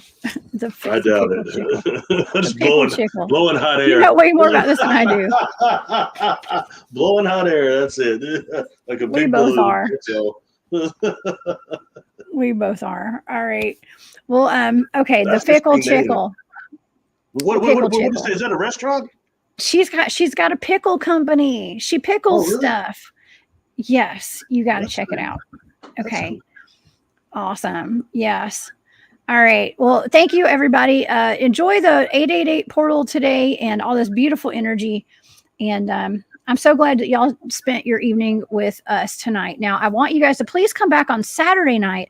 I have Steve Stockton on the show. We're going to be talking about the missing. And y'all know I'm going to be bringing up all of the missing people in our national park systems. And that show is actually going to go over into the next Thursday night show with Sherry Divban, we are going to be discussing her abduction when she was 3 years old in California. It made national news, and somehow she survived it, y'all. Somehow she survived it. There is a higher power at work here, because she was able to be saved, and you're going to hear about it on Thursday. So please come join us again Thursday, but definitely come in on Saturday night, y'all. Come see me back here at 10 p.m. Eastern, 9 Central, 7 Pacific. Okay. And yeah. All right. Let me take these comments down. Barry, thanks again. And do you have anything coming up, Barry? Any shows, any kind of conferences or anything? No. I think I've ran through everything. Nothing coming up. So it's just me. So I have more time to work than normally with people. So that's about it. So awesome. I'd say at this point, I'm blessed. For anything I've done up to this point has been a blessing. So it has. Well, you're a blessing. You're a blessing too. Here, so thank you. Awesome. Well, thank you, Barry. All right, y'all. Well, everybody have a wonderful night, and keep your vibes high. Stay safe out there. Keep your head on a swivel. Okay. And be aware of your surroundings. Y'all have a great night. I'll see y'all Saturday. Bye.